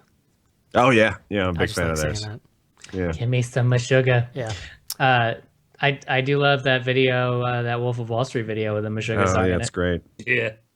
If she wants to email us, I think Joe at Bloody Good Horror. I'd be happy to email back and send like all the places we've talked about. Oh, we got recommendations on recommendations for sure. On fleek. She goes on, I listened to episode 48 last night, and Eric's knowledge in the original 2 Halloween movies was impressive. I was able to take away some new information on them. Halloween is my favorite horror movie and franchise, and was the first movie I was allowed to watch. I've noticed that newer horror movies I enjoy tend to have a pace reflective of Halloween. Has anyone in the crew read the Halloween comics published by Chaos that attempt to connect the 4 through 6 movie timeline to H2O? Whoa. It's right up it's right in my wheelhouse, Mark. Yeah, and I have not. Yeah. That's probably a no for everyone, right? No, but I would if someone sent them to me and I didn't have to buy them. Casey, or not Casey, Evan and Sophie have talked about him. They have the links to him, I think. So she kind of poses this interesting story here, and we discussed it over email a little bit this week, but she says, the point of this email, what is your opinion on people tending not to like a horror movie because it, quote, isn't scary? I've found that many in the online horror community don't like It Follows for that reason. It wasn't scary or moved slow. She's not agreeing. I think she's just reiterating. Yeah, It Follows was my favorite of 2015, but I wasn't scared while watching it. It's tense, nervous, made me nervous, and put me on the edge of my seat with anticipation. I think pigeonholing horror as only scary movies only hurts the genre. I plan on buying a Bloody Good Horror shirt soon, and will rock it at all the South Carolina and North Carolina cons I attend this summer, which will be 5. Whoa. Dang. Hell yeah, paper thin nerd cred at its best. In all seriousness, I did grow up and graduate from a South Carolina school that's part of the corridor of shame, so I apologize for all the possible misspellings and grammar mistakes. I don't know what that is, but I would like to know I don't know more what that about means, that. yeah. Maybe Brian from North Carolina can let us in on that. I love the show. Listening to your banter helps brighten my mood before getting my soul sucked out daily by a little something known as the public. A fan who doesn't think you're sexist or misogynistic, Beth. I'm gonna start So- calling Mark's privates the corridor of shame. Corridor. Why is it a corridor? I really like this topic is really fascinating to me. And first of all, I actually was scared by It Follows. I think that there's two things going on. I think that a large portion of the online horror community is like so jaded that I really do think there's a percentage of people that refuse to admit if something scared them, or they're just so kind of over it going in that they won't. Because to get scared, like you have to suspend your disbelief. You have to be Yeah, I mean, you willing have to do let that. go. And you have to be willing to kind of like, it sounds weird, but like be a kid again. You have to be willing to go into a movie and try to be scared. And if you're just going in every movie like challenging it to scare you, like you're never going to think anything is scary. I did actually have this experience specifically with It Follows, where a lot of people come to me for recommendations for horror movies to watch, and I don't really get scared by all that much anymore, and not even because I'm like, you know, so fucking cool, but I've just like literally seen everything. Like loud noises are the only things that fucking scare me anymore. But I had an experience where I recommended It Follows to someone, and she came back to me and she was like, I didn't really like it. It wasn't scary. And like, I didn't recommend it to her because I felt it was scary. I recommended it to her just because I thought it was fun. Right. Like I enjoyed watching it. Like if someone was like, give me a movie that'll scare the shit out of me, like I don't even think that's a thing that we can do, because like you know, if I think of the movie that like scared me the most, it was watching the fucking Exorcist when I was 8 years old, right? And like how as an adult that is at Did this I do point that to you? That's scary. What? Did I you do made that to me you? watch it in the dark. Sorry. Sorry, Brock. But I mean, like as a person, as an adult person who has seen, you know, let's say 400 some odd horror movies, but probably closer to 1,000 when you take like the sum total of all of them. Like, I don't know. Everything scares you at a certain point. Like, you know, the things that scare you at a certain time in your life when you've only seen X number of movies. So it's very hard. I just think scary is something that someone who's not into horror films looks at horror films and be like, I want to watch something scary. Well, but the other movie that came up is The Witch. And the point, so there's kind of two different things. I do think there's a cynical horror audience side, but then I think when you're talking about the mainstream, what we were discussing over email was like, the person who sees like one horror movie every couple of months in a theater because they want to be beguiled. When they say scary, like they're almost specifically talking about jump scares, and they're talking about, and we the talked, family that takes their 6-year-old to the theater. We talked about this during The Witch. They're expecting like a very specific pace of like, I want to get scared this many times, and it can't be, you know. And so when something like The Witch comes out, they don't even know what to friggin' make of it, because the idea to that person that you could have this intellectual art house horror film that's really more about like human emotions than anything else, that they don't even get that, you know what I mean? Because we are the people that engage with the genre on that level, and most people don't. Well, and the mindset of a person looking to be scared by a movie like that is going to watch a movie in a different way, right? Like they're gonna stare, they're gonna like with stare expectations, into and that's kind of unfair to the movie. Well, but they're gonna stare into an empty hallway and wait for a fucking cat to jump out. Whereas in The Witch, like a lot of times there is like an empty field, but nothing jumps out at you. It's just kind of like setting in. Yeah. The scariest stuff in that movie is like the scariest stuff in that movie is like waiting for the father to snap. Yeah. Well, you can or generalize like this the baby problem getting even murdered. more. Or I was gonna say, or the baby getting smushed into body cream. Oh, yeah. Still haven't seen it. Oh, sorry. You could generalize this. Close your problem eyes even during that further. part. Because this is a problem that exists in all fandoms, and it comes with the internet culture and things like that. And there's this whole sense of entitlement for people out there who, especially since they have a place to voice their opinions, but they cannot understand the fact that people like things for different reasons, and things for being scared and fear is a personal experience. Right. So And what Mark was alluding to. the point at which you free yourself from being shamed about enjoying any horror movie, whether or not you think is scary, is pretty liberating. Because like we deal with it a lot. Otherwise, what are you Not so doing? much anymore. Like I think we've actually cultivated a community that enjoys kind of talking about things subjectively and not just being like, this movie was balls, it wasn't scary. You know, like you don't have to agree with those people in the same way that those people don't have to agree with you. Just like, don't be afraid to like what you like. If you're not fully opening yourselves up to those experiences, then what are we even doing here, man? For I mean, real. I agree. You know what I mean? Like, we do this as an escape. We do it because we love it, because we all have like those emotional kind of connections of this from the stuff to our Because we're childhood. all a little broken.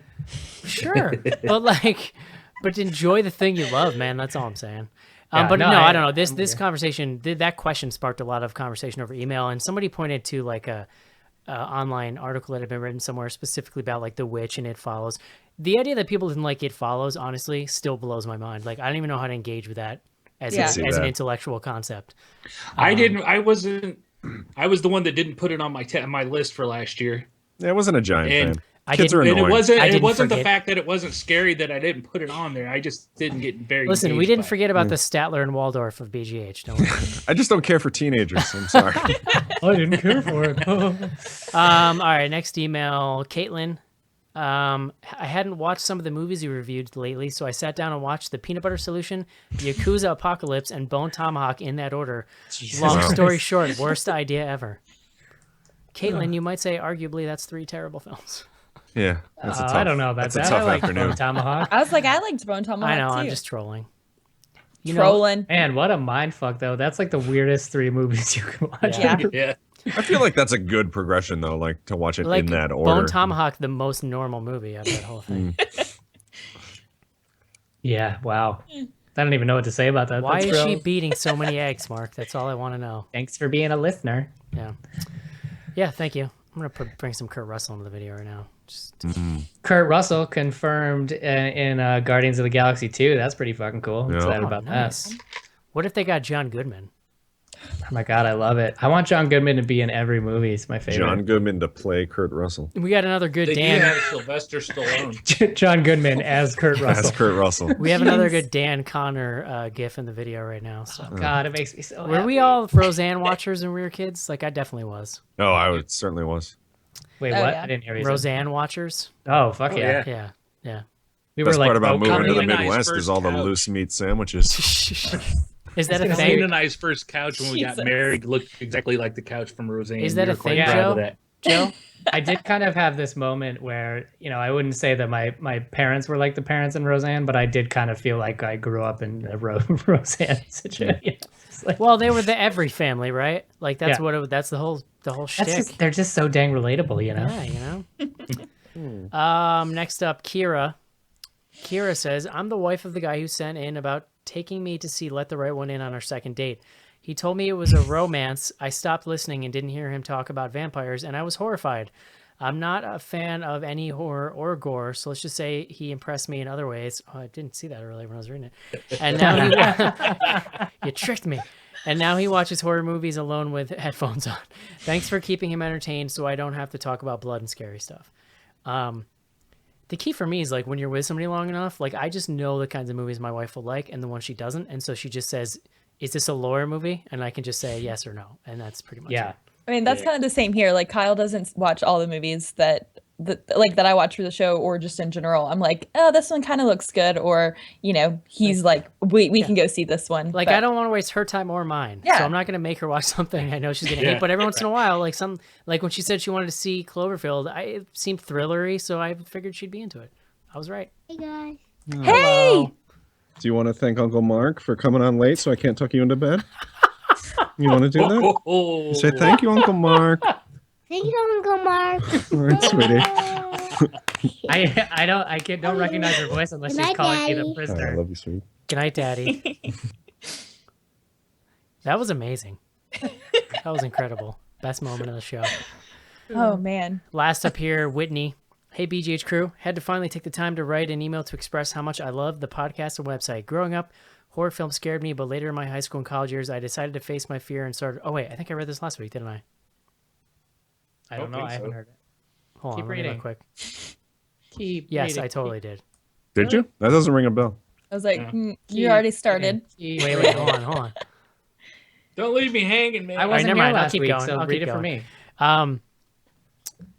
Decided to face my fear and started watching them. I realized how much I enjoy the genre, and horror films became my go-to movie genre.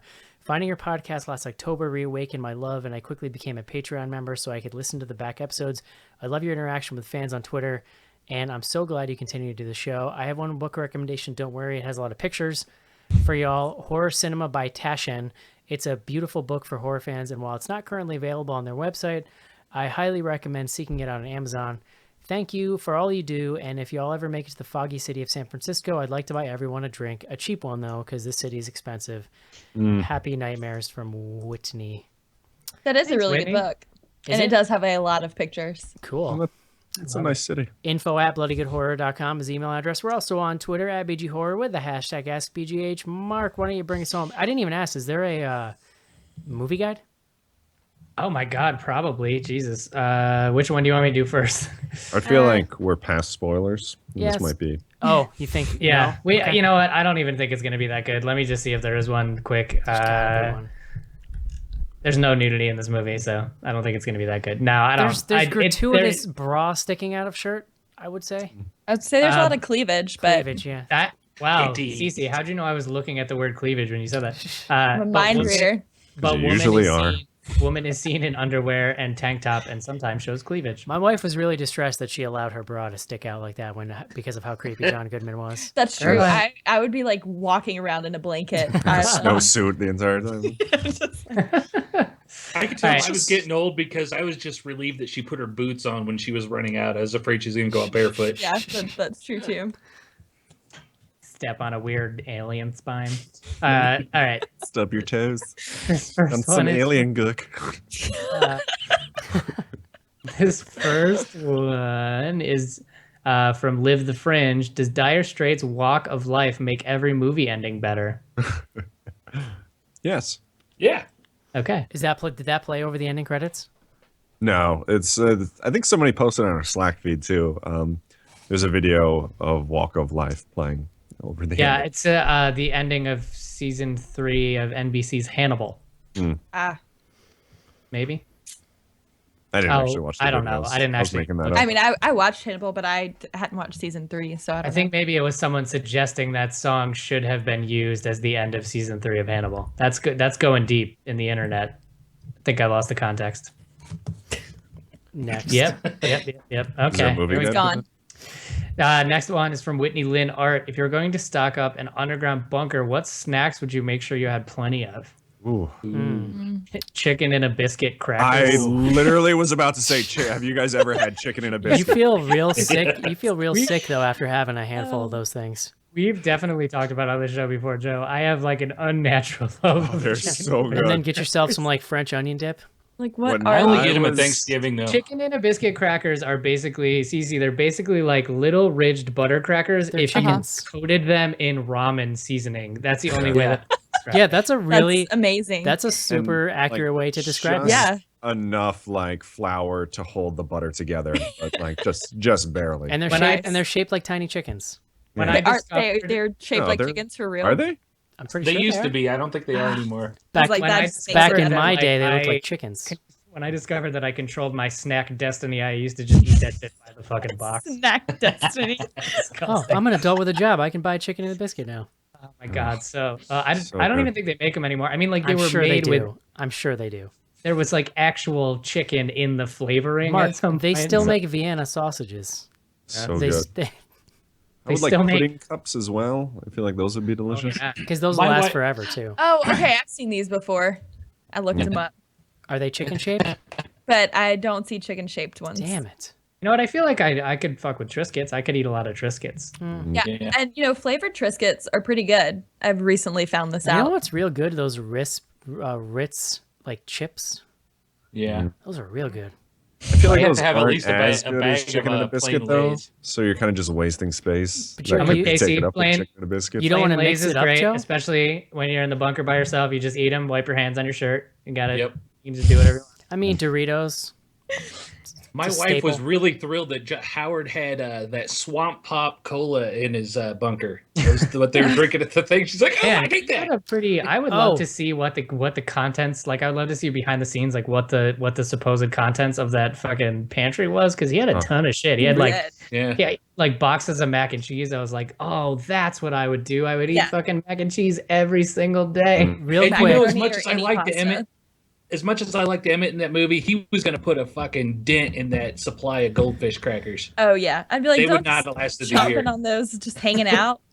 Real You quick. can only eat one goldfish per day. I do want to say a little moment that I really like, a little cool reveal was like his arm is broken in the beginning and basically find out it's because he had to like fight his way into the bunker as Goodman was trying to close the door, which you don't really think much of it because you're like, oh, the air's poisoned, he's trying to close the door. But then when you like find out what's going on, you're like, fuck, he didn't want him in there Yeah. because of what the business he had going on in there. Yep.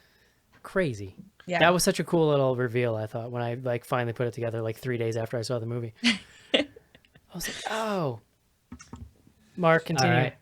Yeah, okay, so these next two are from Samantha Davis. We can answer them each separately. I think this one was in response to when we're recording Blue Daisy 90. She said, boo, I'm in Vegas, so I'm going to miss it. Do you think that Goodman made this movie worth watching? Could he have been replaced? No. Only with another similarly amazing actor. I mean, he Yeah. could have been, right. But it's pretty clear that he's like one of the major reasons why this movie's so Yeah. good. What if it was Oh, Kurt definitely. Russell?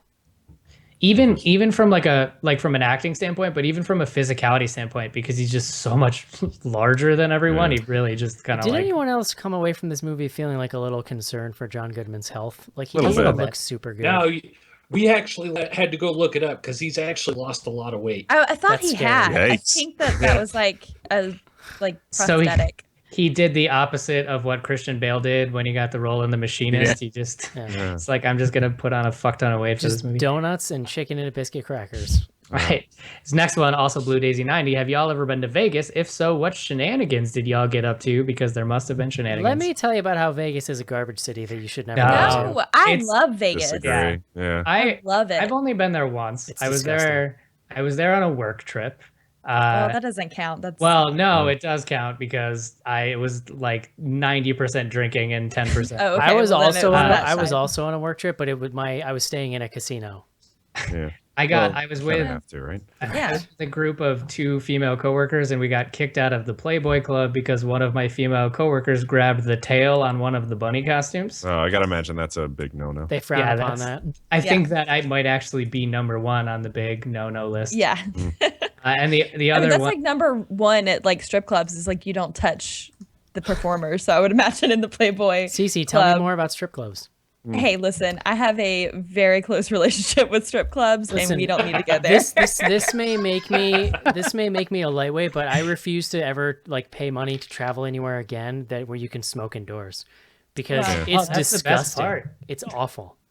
I love Vegas. Like I forgot because you used to in the 90s, like in New York, you could smoke indoors, but it's been a good decade since I've really been in a place where you could. Yeah. And I walked off the plane into the hotel and just was like, oh god. the hotel in Or the- Vegas is the shittiest place on earth. It's like It's like the disgusting. street just kind of seeped into the Yeah, that's a good way to put it.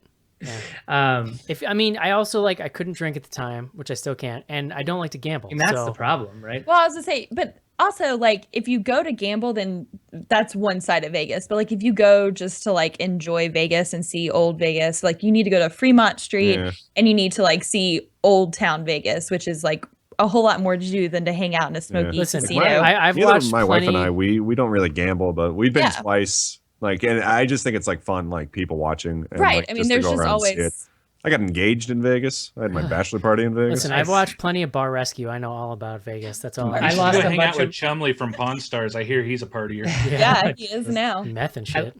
I lost a bunch of money trying to figure out how the Ghostbusters video machine worked. Here's how it works: you give it your money, and then it keeps it. I mean, I gave it my money. It just didn't give me it back. I also drank a pitcher of Bud Light and smoked an entire pack of cigarettes by myself at the bar one day. As you should.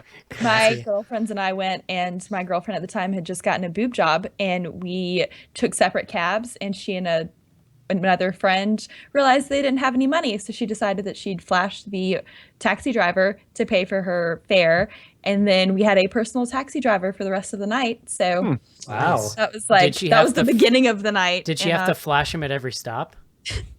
I wasn't in that cab, so whatever happened, and I didn't want to know about it.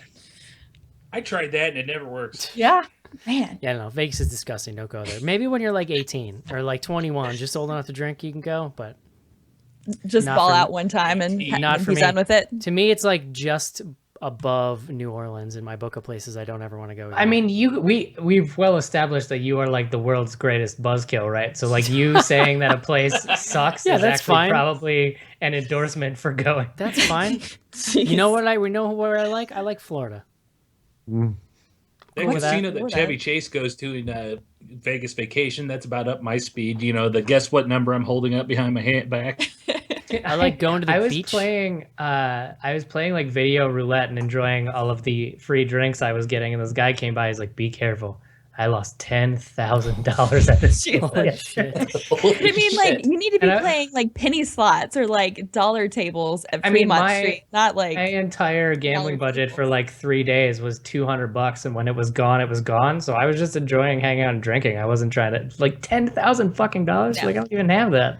That makes me sick just to think about. I know it's crazy. All right, we Mark, got a they're couple building more a garbage quick ones. casino in our hometown, so every time you come visit now, you can just go gamble your. Oh man, I can't fucking wait. All right, got just a couple quick ones to burn through. This one's from SHB Pod. Thoughts on the inevitable VR future? Watching full horror films in virtual reality might be too crazy.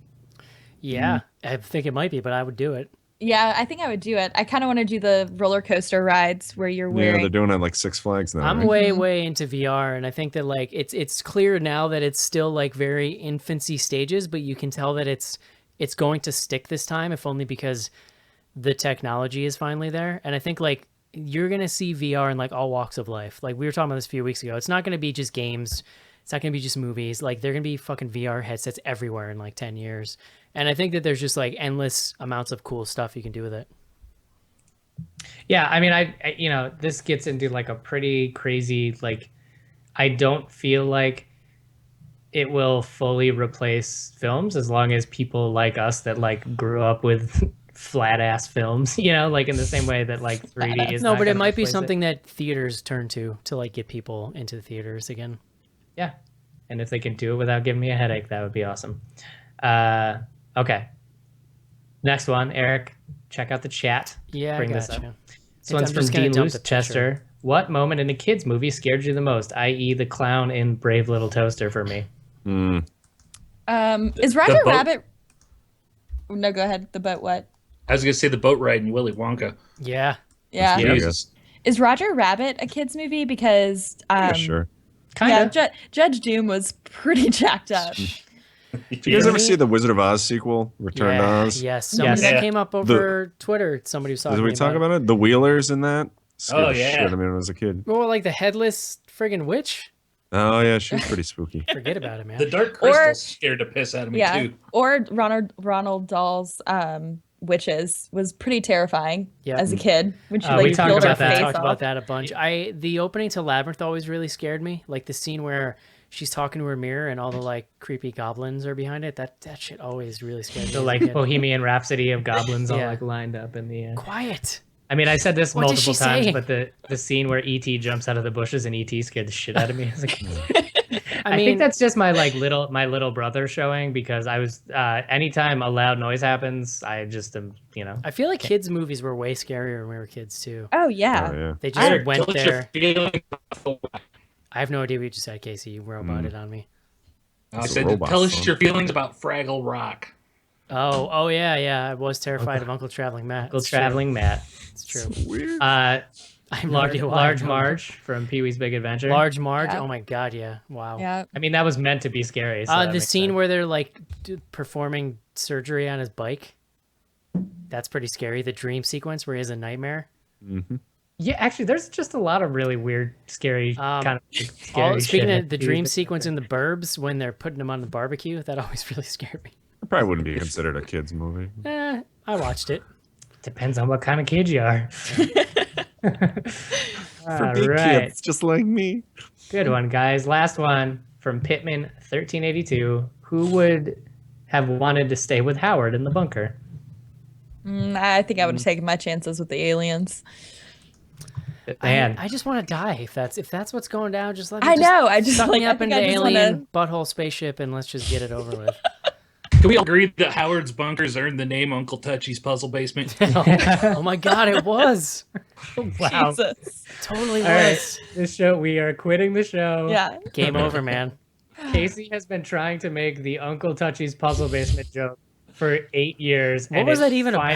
finally reached the point where it's the literal thing that the movie Yes. is about. That is amazing. What is that? Finally. Where did that come up? Somebody listening to classics, let me know.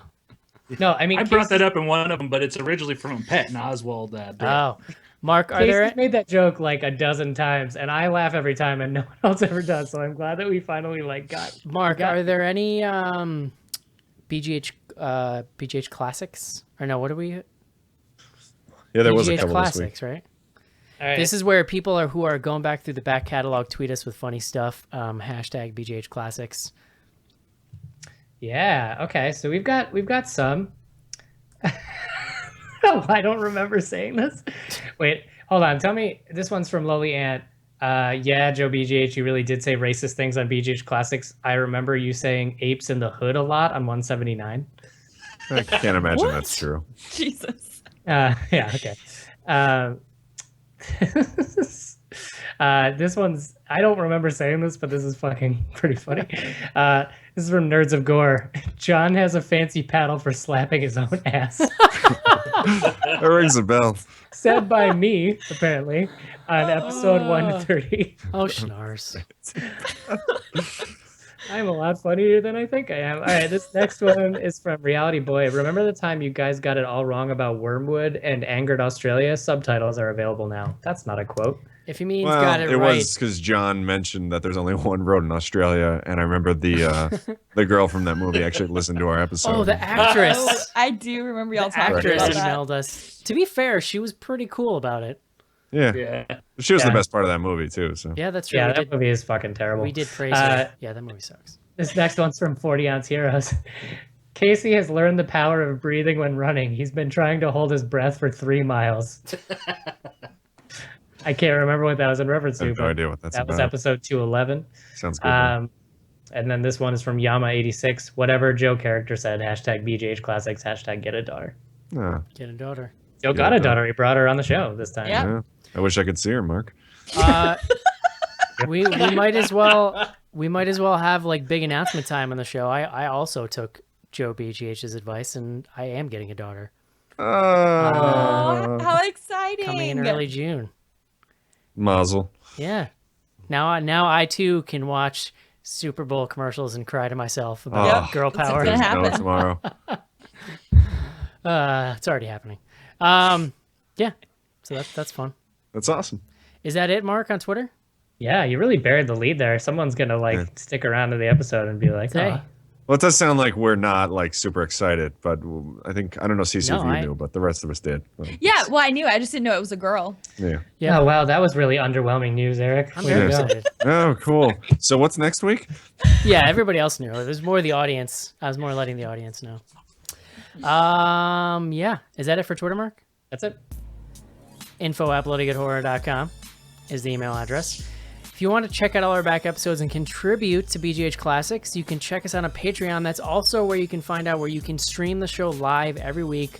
Watch Joe's ridiculous dance he's doing right now. Next week is my staff pick. Is that right? Yeah. Next week, Ghost Watch. This is this cool. We let you little- have a staff pick? This is a cool little TV special that aired in the UK on Halloween night in the 90s, and it was sort of presented as like, here's our it was real news people, and it was like, here's our investigation of the paranormal on Halloween, and then it basically unfolds like a found footage ghost movie, even though it was like the early 90s. So it's a really fun little thing. It's my staff Spoilers, pick. dude. It's the what's that?